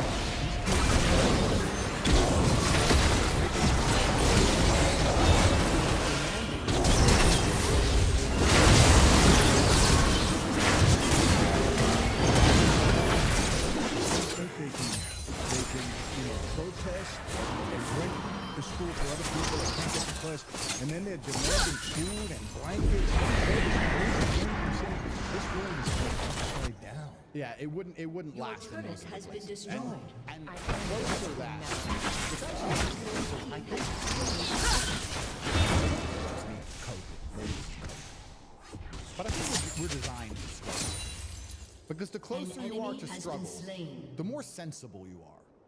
And in general, all 50, if you have 10 men and 10 women and they crash on a deserted island, the men do the man stuff, the women do the woman stuff. There's no discussion about gender roles. Because you're gonna die. The man has to go hungry.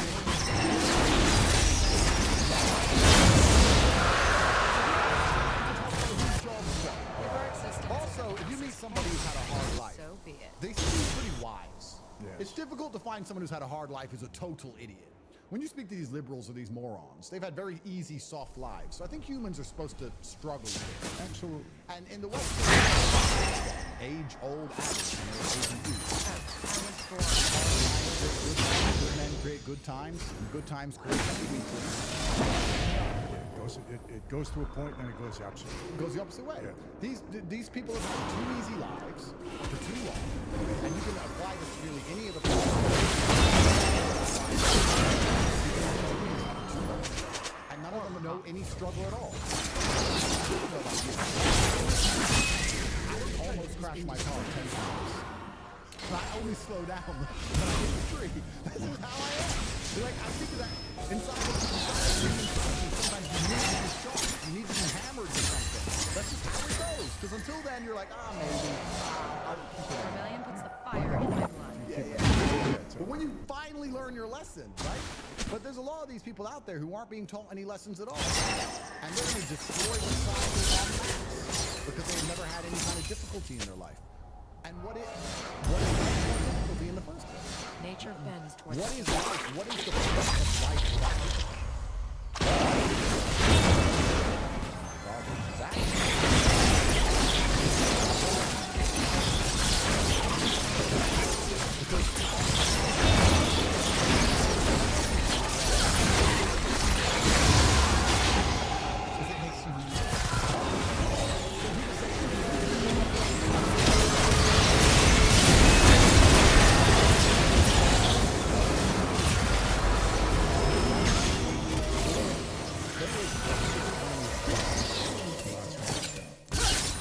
And what do you do on that? So, for years in Romania, and Lahova jail is the worst jail. So, it's overpopulated. Romanian jails.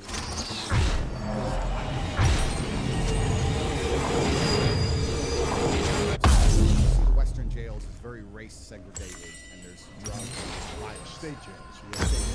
wild and untamed. Romania doesn't have that because everyone's Romanian. So there's not really a race problem. And they don't really have a problem with foreigners in general. And they know me and my brother inside out. So they know exactly who we are. And we're accepted as one of them. So that's not a problem. The problem with Romanian jail is two things. That one, there's a lot of mental health because they don't have a system. The poorer a country is, the closer it is to, they don't have time to deal with society. It's very expensive. just jail. Just jail, yeah. You're oh, you did this fundamentally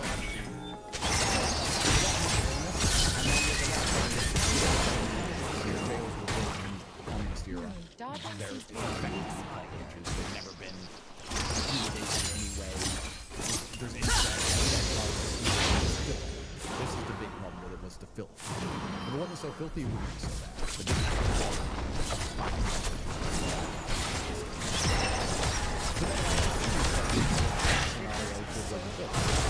Destroyed. I mean, I slept pretty good in there. People knew who I was, and people had respect. Were you segregated most of the time? Your own cell? So at the beginning, it was me and my brother. We were in separate cells with other people, but then eventually they put us in together because they tapped our cells, so they put us in together to try and find out, get us talking. And then it became.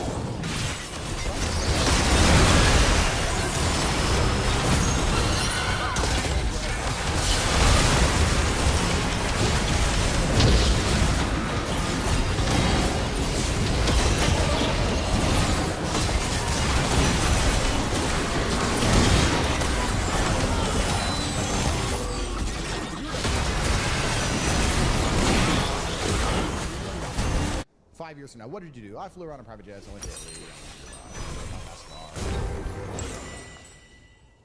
If I go to jail, the stories. Maybe I'm crazy. I don't know. Maybe I'm nuts. But the story's different, but I don't think you need to tell that. And I'm not wishing for it to happen. Yeah. I'm just trying to explain to people who don't understand why I'm not, because I know that retrospectively I won't regret it. At the time, I may suffer. Thanks for ruining I may suffer for a while, but I like to think, and I hope you can confirm this, that you wake up one day and you think back on it and go, yeah, I'm kind of glad that happened. Well, honestly, I spent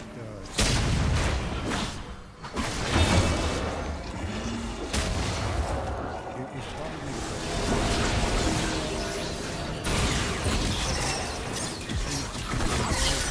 you're in isolation and you're alone. You can go either way. You can either go isolation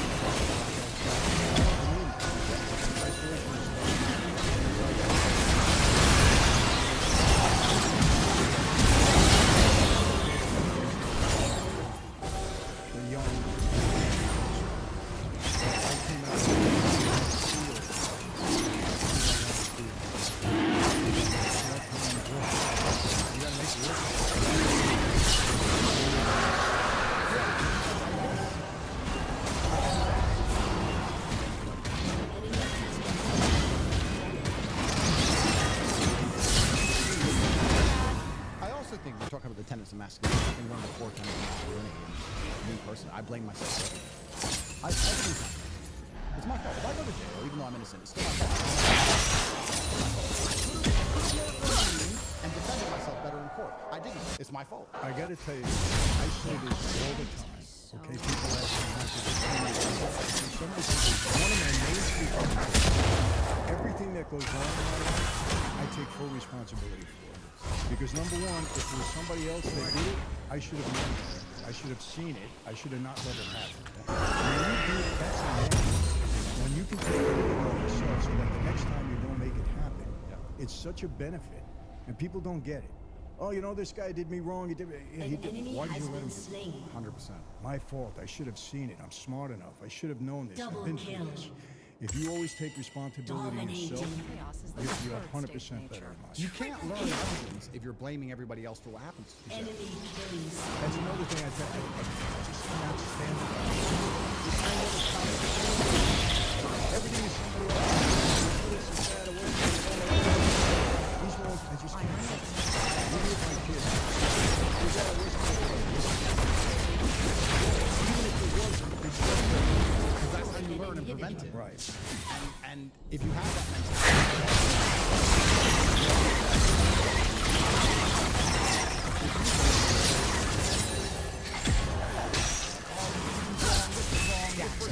I'm a victim, poor me. I don't think that's the right position of strategy. Okay, that's all garbage. Yes, it's a matrix attack. However, I could have done this, and this.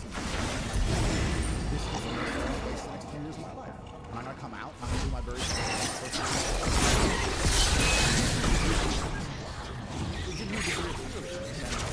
That's probably one of the largest problems with society today.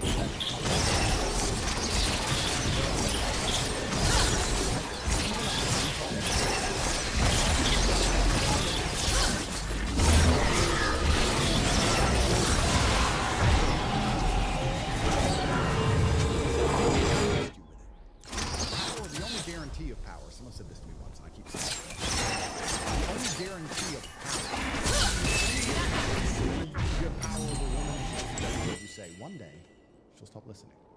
Might be the same in the mob world. You control the streets. You just don't control that street anymore. When you have power, people get power and they never think twice. The only guarantee of it is that one day it's going to be Brawls and you just have to prepare for that. And one of the quickest ways to lose power is you can't be trusted with power. We give our governments and these institutions power because we trust them, right? Well, the whole world is based on trust. As soon as people start trusting, so every single time they do some two-tier boosting garbage, every like Trump, like you, like I, we're like a poison frog, and they eat us. They keep us in our they get a little bit of poison in them because they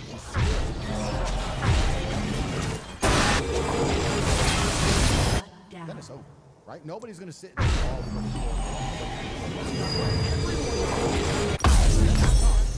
So it's kind of like the Matrix. How do you defeat the Matrix? Well, I'm sitting here running my mouth. They put me in jail for it. I'm now currently on bail and have been told not to run my mouth. And I continue to run my mouth and they'll put me in jail. And maybe I'm monitoring myself, but... I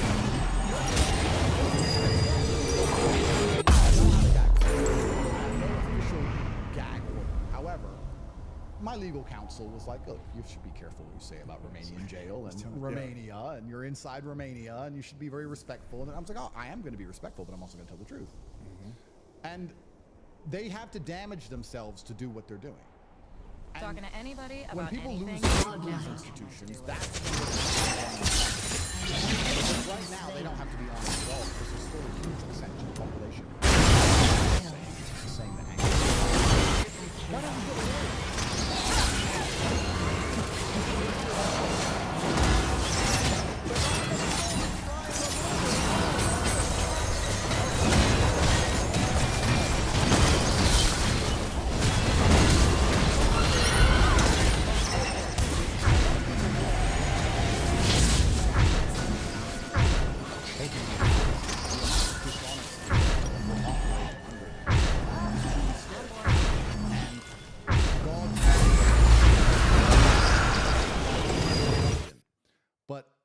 It's actually kind of scary. I think this is one of the reasons why, as well, men are cowards. It's scary to wake up and realize that every single thing you're supposed to believe in is a scam. It's actually kind of scary. The educational system's a scam.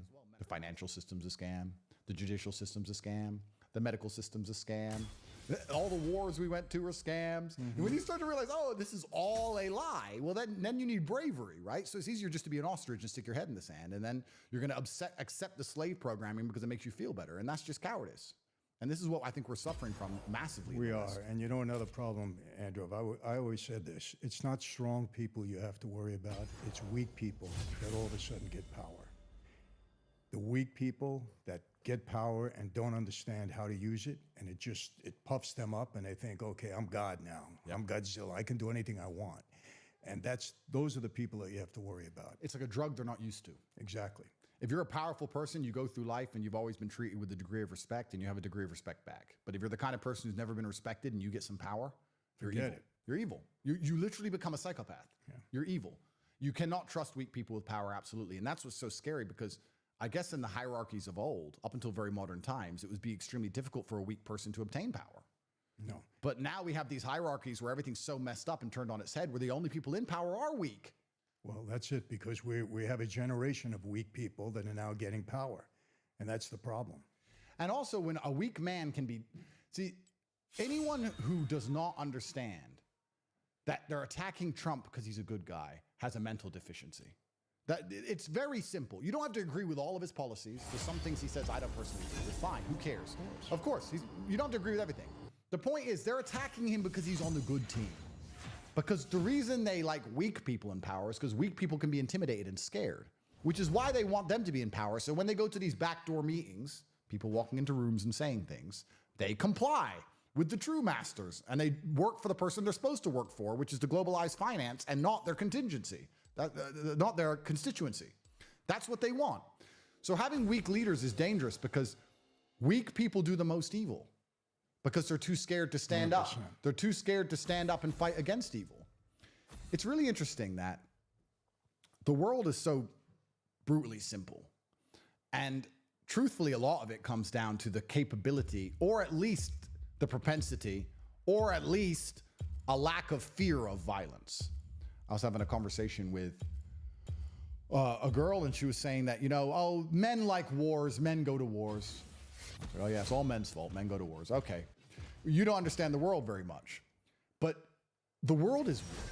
Everything is war. And the reason you get to drive around in your little Mercedes and live in a peaceful society is because there's an underpinning of violence everywhere.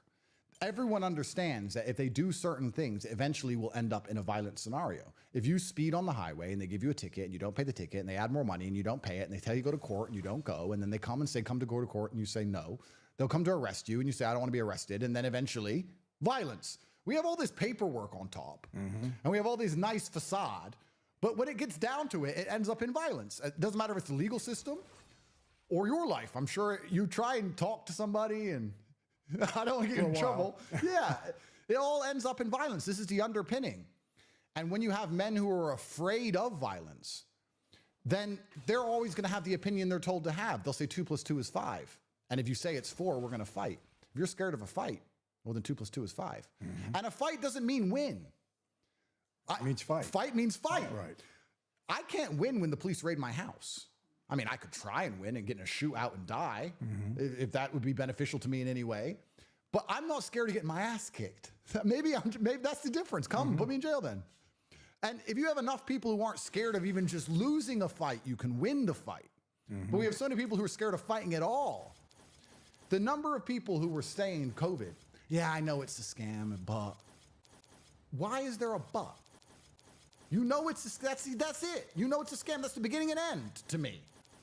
And I was perhaps, now I think back, I was perhaps too risky during that period because I was nuts from day one before we even knew it was a scam. I was ready. If it was real, I'd be dead. I'd be the first guy to have died. Number one, I got on a plane here in an empty airport on an empty plane, the last plane out of Romania, and flew to Sweden, which was wide open. They never closed nothing. And I'm running around Swedish nightclubs with champagne like an idiot. So if it was real, I'd be dead on the ground. I'd be the first dead guy. Luckily, it turned out to be a scam, so I looked like a genius. So perhaps I was too brave. Perhaps I should have waited a while. But for 3 years, they got away with that because a bunch of people were like, yeah, you know, but I don't want to lose my job, or I don't want to get in trouble, or what if the police knock on my door, or what if? Let them. Let them show their hypocrisy. If enough of you stand up and make them, they can't arrest everybody. They can't do it to everybody. There has to come a point in society where you sit and say, we know this is garbage. And this is what's actually most scary about America now, because I think America this year is going to be telling it's going to go down in history as a pivotal point in America, in the empire of America, because empires rise and empires fall. They brutalized the January 6ers. They got wrecked in courts. They brutalized them. There's people in jail now. Oh, they yeah. haven't even been charged yet. Oh, yeah. You're a They've been grandma. sitting in there for 3 years. Yep, you're a grandma, and you turn up with a flag at your own Capitol building. You don't even go inside. And you don't even hear about it because the news won't report it. There's people in jail there that haven't even been charged with a crime for 3 years. Correct. They've been brutalized. Did nothing. And they're showing, if you try and complain when we rig an election, this is what's going to happen.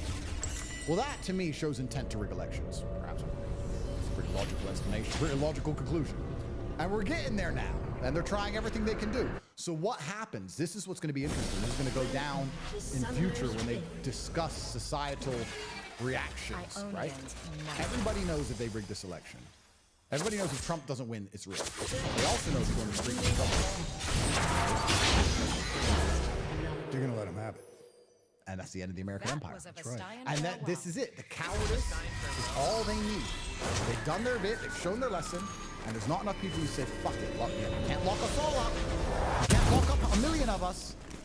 People are too scared. So they're going to go away. They're going to get it. And then you know what you're going to see? Now, this is going to break my heart. You're going to see a whole bunch of tough talk on Twitter. Yes. Bunch of words. See a bunch of Republicans, I'm going to go to the House and I'm going to make this bill and we're going to investigate. And then nothing happens. Blah, blah, blah. Blah, blah, blah, blah, blah. Nothing happens. Yeah, we remember this whole impeachment of Biden? Oh, yeah. All of a sudden, you don't hear. Last 6 weeks, I've had 3 racketeering cases. 3. 2 federal, 1 state. The evidence that's been brought about already on both Bidens, him and his son, that's a racketeering indictment without a doubt. 100%. Without a doubt. There isn't even a doubt. Now, whether he gets convicted or not, that's all. I always believe you're innocent until proven guilty. You get your day in court. But can he be indicted? 1,000%. It's not even a close call. Of course. You got suspicious bank records. You got $20 million going into his family's accounts. What product did they sell? What service did they provide? Nothing. It was influence peddling. 100%. This guy's a traitor. He's treasonous. He's a traitor. And he's the president of my country. This is what's going on. And people don't see it. They don't see it. 47 years this guy's been living off the taxpayer money. Never had a job. Wealthy guy. Robbing from everybody, which, okay, you want to rob money, go ahead. Rob money. Do what you got to do. But now get out of here. If you're destroying our country, you're destroying the whole world. Yep. This world is in chaos because of our president. Yep. There would be no wars. If Trump was there would be no wars. We wouldn't have a problem in the Middle East. We'd have a problem anywhere. I guarantee it. Well, this is the thing, because Trump, people respect. And this also ties back to kind of amazing things and tie anything from the governmental level, just the basics of life. I didn't have to fight in jail because they knew I could fight. Done. 100%. You just said. Trump, no one wants to smoke. That's why the world's a mess. DeSantis is, they're having trouble with colleges all over the country. He said very simple. It's not going to happen. You do that, you're going to jail. Yep. End of it. That's it. Done. Yep. This doesn't take years. It doesn't take years. Fix it. Done. And this is the problem with cowardice and weakness. And it's kind of interesting because I studied the fall and the rise of the American Empire was the British Empire, before that was the Dutch Empire, and they all kind of end the same way. The Roman Empire is one that I studied and understand. You look at the fall of the Roman Empire, and it's not that complicated. The population became decadent. The men didn't want to fight anymore. When the barbarians would come, they'd say, we don't want to fight you. We'll let you in. You can be Roman too. Everyone got addicted to this idea of getting slaves, whether sexual slaves or slaves that sit around and do nothing. So they just let the barbarians in and hired them as slaves, cheap workers. They inflated the currency. And eventually it just all collapses on itself. It can't last for long. It sounds pretty familiar. Yes. And this is the thing that people don't understand when they look at, if I had to be optimistic, let me try and be optimistic for once in my life. So are you a pessimistic guy? I don't think I'm a pessimistic person, but I am a realist. Mm-hmm. And if you're realistic, I'm a realist, I had a tweet that I put up a little while ago that said, if I walk into a room and I smile, I wonder if that's just my brain. I'd be like, $1 million, thank you. Why? Oh, we really like you, Andrew. Okay. I like you too. maybe I'm a pessimist. Even $1 million will make me worry. I don't know. But if I want to be optimistic, I think if you want to try and explain the Matrix or why these things are happening to the layperson, I don't think they understand that if you get enough money and enough capital, you're no longer tied geographically to anywhere. You can go anywhere. I'm in Romania. I'm not Romanian. And I can live on any country in the world. I can go to the Philippines or Japan tomorrow. I can pay a lawyer to give me my residency, and I can buy a nice big house, and I can live there. So you don't have the same vested interest in a local area, right? So if you have a decision to make, which will allow you to make forever profit, but it may detriment a certain area for... It allows you to make 5% more profit, but it'll increase the crime rate of a certain town by 0.6% because people are coming in who no one knows who they are. You may not be evil, but you're kind of just like, no, I get to make more money, and I don't live in that town anyway, and if I don't do it, my competitor's going to do it, and we're trying to get people to China, and we need the cheap workers, and okay. And there's a lot of that going on as well. People just, a bunch of small decisions compounding on top of each other, and before you know it, you have towns or states or districts or areas that are completely wrecked by people making decisions to benefit themselves, to make money, and they just simply lose money. But you don't have geographical freedom in the world today. If that's geographical freedom, you need that financial freedom. You're in trouble because you're living in an area that you don't have any control or influence over. There's a whole bunch of people trying to extract as much money as possible from that area. They don't consider your point of view. They don't consider your life. It doesn't matter. How can I make as much money as possible? If Ford can make a bunch of money building its cars in China, you do exactly that. Detroit the center. They don't care. You're stuck in Detroit. That's your problem. So you need to have geographical freedom. You need to have financial freedom. And I tell these things and people say to me, but not everyone can do that. Correct. That's what's even harder about the world. Not everybody can pull it off. It becomes even more difficult. And this is the situation we're in. And then the answer, of course, is politics. You elect somebody who cares about you. And we've been down the path of where that leads. We've been down the path of where that leads. So the American experiment is interesting. There was also a book by a Scottish doctor.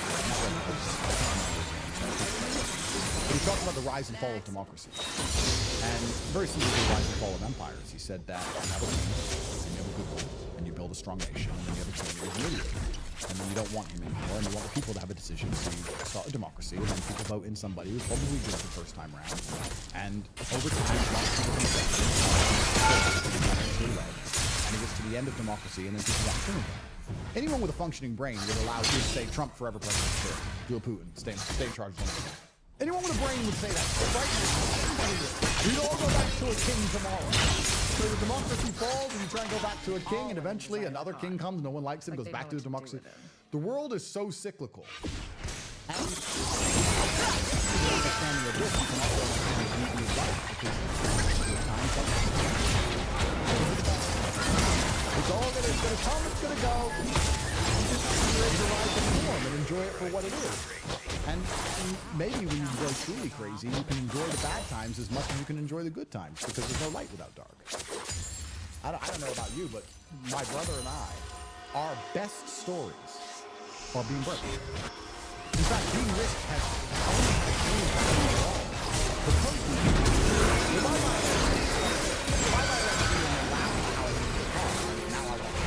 there's no light without dark. There's no joy without light. I can't. Sooner or later, 10 years, 15 years, 20 years, tomorrow, who knows? I'm going to be free from this place. I'm going to enjoy my freedom again. When I was free, that's the beauty of life, isn't it? Yeah, no, you're right. And I think with that understanding, you no longer feel bad. And then when you don't feel bad, you can find something to stand up for. And if men do that, it fixes a lot of the problems. I blame all of society's problems on men. I'm a misogynist, but I blame the men. Call me a misogynist. I think it's all the men's fault. Because the men are the protectors. And you're supposed to protect a society and prevent this shit. But who's about it? Which is they have an interesting history. They were communist state when the USSR fell. It was a small country, and they had a war in 1992. A small war. Decided to be more Romanian influenced or more Russian influenced. They speak Russian and Romanian. They're kind of stuck between the two countries, but it's a very poor nation, Moldova. And I was there 5 or 6 years ago. And my brother and I were there, and we're in a nightclub, and we're having fun, we're partying, whatever. What I was doing in there, I don't even know. I think back, it was very immature, very silly of me. How old were you? 32, 31. Baby, so not even that young. I was old enough to know better. It's a dangerous game. And we're there, and we're partying, and whatever. And we had these 3 or 4 girls, and we left the club with them, and we were walking down the street. And then these 10 Russians started screaming in Russian at the girls. And we're like, what are they saying? And the girls started running their mouths back in Russian. And me and Tristan were standing there saying, what's going on? The guys start walking towards us. Yeah, and the guy comes up and goes, something bang bang? Something bang bang? He throws a punch. And the other guy goes to punch me. I grab him by the jacket. I'm holding this one guy, and the other 9 are running over. Mr. Wobbles, he's okay. And I pushed him back, and we both ran off in the other direction. We were outnumbered 15 to 1, 15 to 2. It was crazy. The girls started screaming, whatever. We only backed up. We didn't run far. We ran like 5 or 6 meters. And we stood there now, and we're facing all 15 of these men. And my brother, who must be insane, says, girls? He still wants the girl. And the girls walk over, and these guys are all talking in Russian and arguing with us, whatever. The girls come, we go get in the taxi. That was the end of the whole story. And I said to the girls in the taxi, what was that about? What happened? And she's like, oh, they were screaming in Russian. They were calling us names. They were saying we're sluts and we're whores. And I was like, why? Because we're with foreign men, and they say that we're only with you because you're rich, and you only came here for beautiful women. And Tristan was like, and the thing is, the point I'm trying to make is, I actually, as crazy as it sounds, although they just hit my brother, hit me, I understood this. I know that sounds nuts, but the nationalistic view of them was, there's no reason for American men to be here, and those women like his money. So why is this even happening? I earn $200 a month. No. Now, that's too extreme. That's why Moldova's a poor country. That's why foreigners can't go there. Fine. That's too extreme. But the point I'm trying to make, the meta point is, the masculine imperative inside of them thought, this is bad for society. This is my country. What is going on here? They're chasing his money. He wants the beautiful women. What is this going on? Why is this happening here? What is all of this? They were drunk, they were angry, something like that. We don't want that, of course. That's not the point I'm making. The point I'm making is that the general masculine theme is protection and protective. But you can't be protective anymore. Because if you are protective, they hit you with a weaponized virtue. If you're protective of your children, you're homophobic. If you're protective of your nation, you're racist. If you're protective of your religion, I don't even know what they're going to call it. Ism for that. If you try and do anything, if you love anything, you're hateful. This is the psyop. And people are scared of being called hateful all the time. They're scared of it. I guess. I think one of the reasons they're so angry with me is because I lean into it. They're like, you're a misogynist. Yep. I'm done arguing with these clowns because they refuse to listen to reason. And anyone with a brain knows the truth. Anyone who's stupid is going to believe what they say anyway. I'm like, yeah, I'm the worst misogynist in the world. Well, let me ask you a question. You got a legion of young men that are following you now, and you're teaching them basically how to be men, right? You think this is what they're after you for? I think that's primarily what they're after. I think that's what they're afraid of. I would argue that if I was in charge of a government, my number one concern would be psyoping the masculinity, because that's the revolution. If women get angry, that's fine. But it's eventually going to come down to men being angry because the world comes down to violence. So they have to try very hard to psyop the masculine youth to, one, not cause a revolution, and two, the masculine youth have the worst life. I would argue that young men today have a worse life than even young women, and they have all of their own problems. I'm not saying their problems don't exist. But for the average young man today, women expect him to be a millionaire at 20, which he isn't. Nobody gives a shit about his opinion at all. He can kill himself, nobody cares. He isn't born with any innate value because he's not beautiful like a woman is. So he has to build himself from the ground up. He has no teachers in any way. No one really to teach him. There's people like us on the internet, fine, but everyone around him is going to convince him that we're bad people. Everything he's being told in regards to his natural feelings, his natural instincts, inclinations, makes him a bad person. He talks feeling like a man anyway. It's very hard to be a young man today, and they feel disenfranchised with the system. So they find solutions, and the human mind looks for solutions. They start listening to me, and they go, oh, I feel better if I do this. I feel better if I go this. I feel better if I start to take responsibility and take accountability. And I feel better if I'm not afraid of pain anymore. I feel better if I'm not afraid of suffering. I feel better if I understand that I'm supposed to suffer, that that's what's going to make me the best person that I could possibly be, that my youth is supposed to be spent doing difficult things so that I have the light and the dark. They find me, and they start to feel a certain way about it, and then they reject the matrix programming. And before you know it, which was even a surprise to me, what I said earlier on today, I'm being discussed in Parliament as a national security threat because the masculine youth don't want to listen to the garbage they're being told anymore, and it's all my fault. And then you get down to a really crazy level, a real scary level, because once you're a national security threat, all bets are off at that point. When I was in jail, there was a huge protest organized. 200,000 people were going to protest in London. And from my jail phone, I said, don't do it.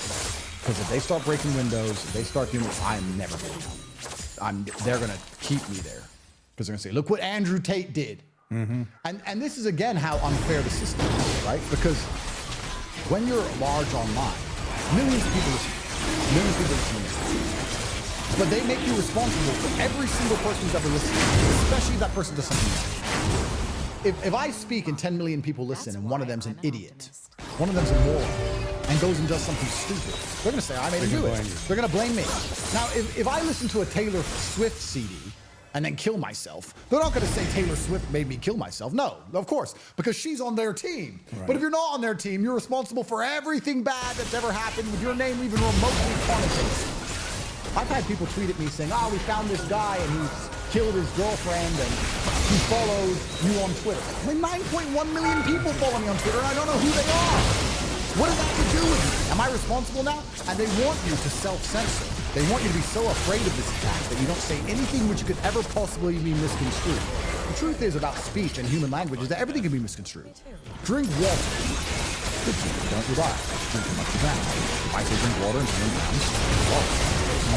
you can't win this game. You can't win this game. And this is how they attack. And I think that a lot of my worldviews, a lot of my... I do think that the human mind finds hope. I do think the human mind adopts a framework which allows them to exist inside of their reality most comfortable. But a lot of my frameworks and a lot of the reason I come to the conclusions I come to, and I say like life is constant and endless war, is because I believe there's nothing I can do that's going to make any of these people happy besides die or shut up. And then you have to make decisions you're going to do that. Is there anything they could do to make you shut up? No, you've reached that point now. There's nothing you can do that's going to change anything. Nothing. And even if they were to come to you right now, I mean, I don't know how they could possibly try. If they were to come to you and say, Michael, please keep doing your podcast, but don't talk about the presidency. Is there anything they could do that would make you shut up? Andrew, I'll tell you, 6 years ago, I wrote a book. It was a business book. I owed my publisher a book. So I go there, they say, we want to do a political book. I said, okay. He said, what are you going to call it? I said, it's just like this. What are you going to call it? I didn't even think. I said, Mafia Democracy. What do you mean? That's not government. You guys cleaned it up off the street. Now they're in Washington. Okay, great. They give me a big advance. I go home, I start writing the book. I get into like 4 chapters, 5 chapters. I turn to my wife and say, why am I doing this? They're not bothering me. They're leaving me alone. This is real stuff. People are going to get upset with me. And then back to my publisher, I gave him back the advance. I said, I'm not doing this. Cut to 2 years ago. I said, I have responsibility to do this. I can't shut up. I see what these people are doing. Yeah. They're liars, they're thieves, they're hypocrites. I can't do it. I go and write the book. I call it Mafia Democracy. Andrew, lay everything out exactly how I could see in a second exactly what they did. It's all about money and power. Yeah. I see what they're doing, right? I write the book, book's a huge success. People coming, now we see it, now we get it, now we understand what they're doing. And I'm going right down the middle. Democrat, Republican. This is the system that we've created now. Yep. You got a bunch of weak people in office that are bleeding you dry, yep. You know? But people don't understand. They're raising taxes. What do you mean raising taxes? Everything we do is taxed. Right. Everything, from the clothes we wear, to the food we eat, to the car we drive, to the insurance we get, to our health, everything is taxed. Yep. Don't you understand this? They raise it. All they do is tax us. But this is the system now. But they don't live the same way. These people are wealthy. They don't know that you're going to the grocery store and paying 20, 30, 40, 50% more because they don't do that. And they don't care. And they don't care about you. You think they care. And if they're paying you with your own money. They're charging you more and then you don't even understand the system. Yep. You know, so what's the cure? Vote these people out of office. Yep. Get rid of them. Don't let them lie to you. You know how many people die? Listen, I'm saying this, I get in trouble. Our president has blood on his hands. Yeah.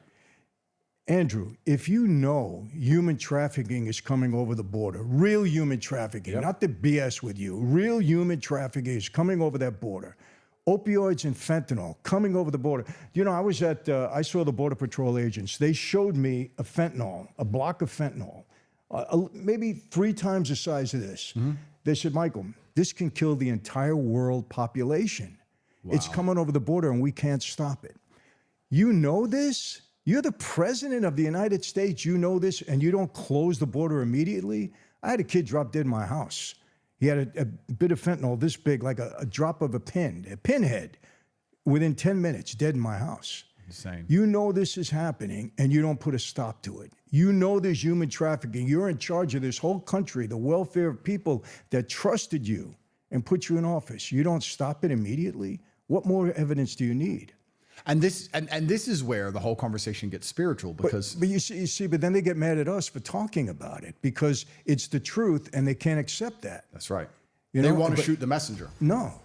Yeah. You know, but how do you just sit there and say, well, you know what, my life is good, I'm just going to keep quiet? I can't do it.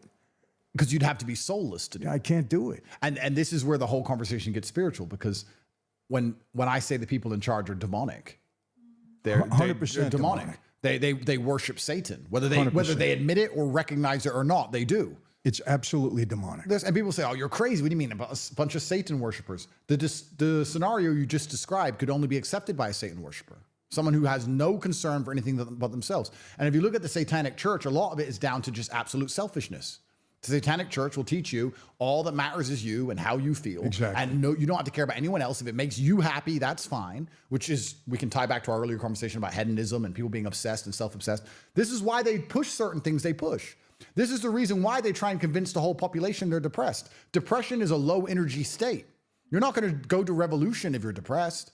If you're depressed, you're obsessed only with how you feel. You're self-obsessed now. You're a depressed person. You don't want to go outside. You don't want to do anything. You don't care about the world. Right. You only care about you. You're worshiping Satan if you're going to sit there depressed. I don't care if I'm depressed.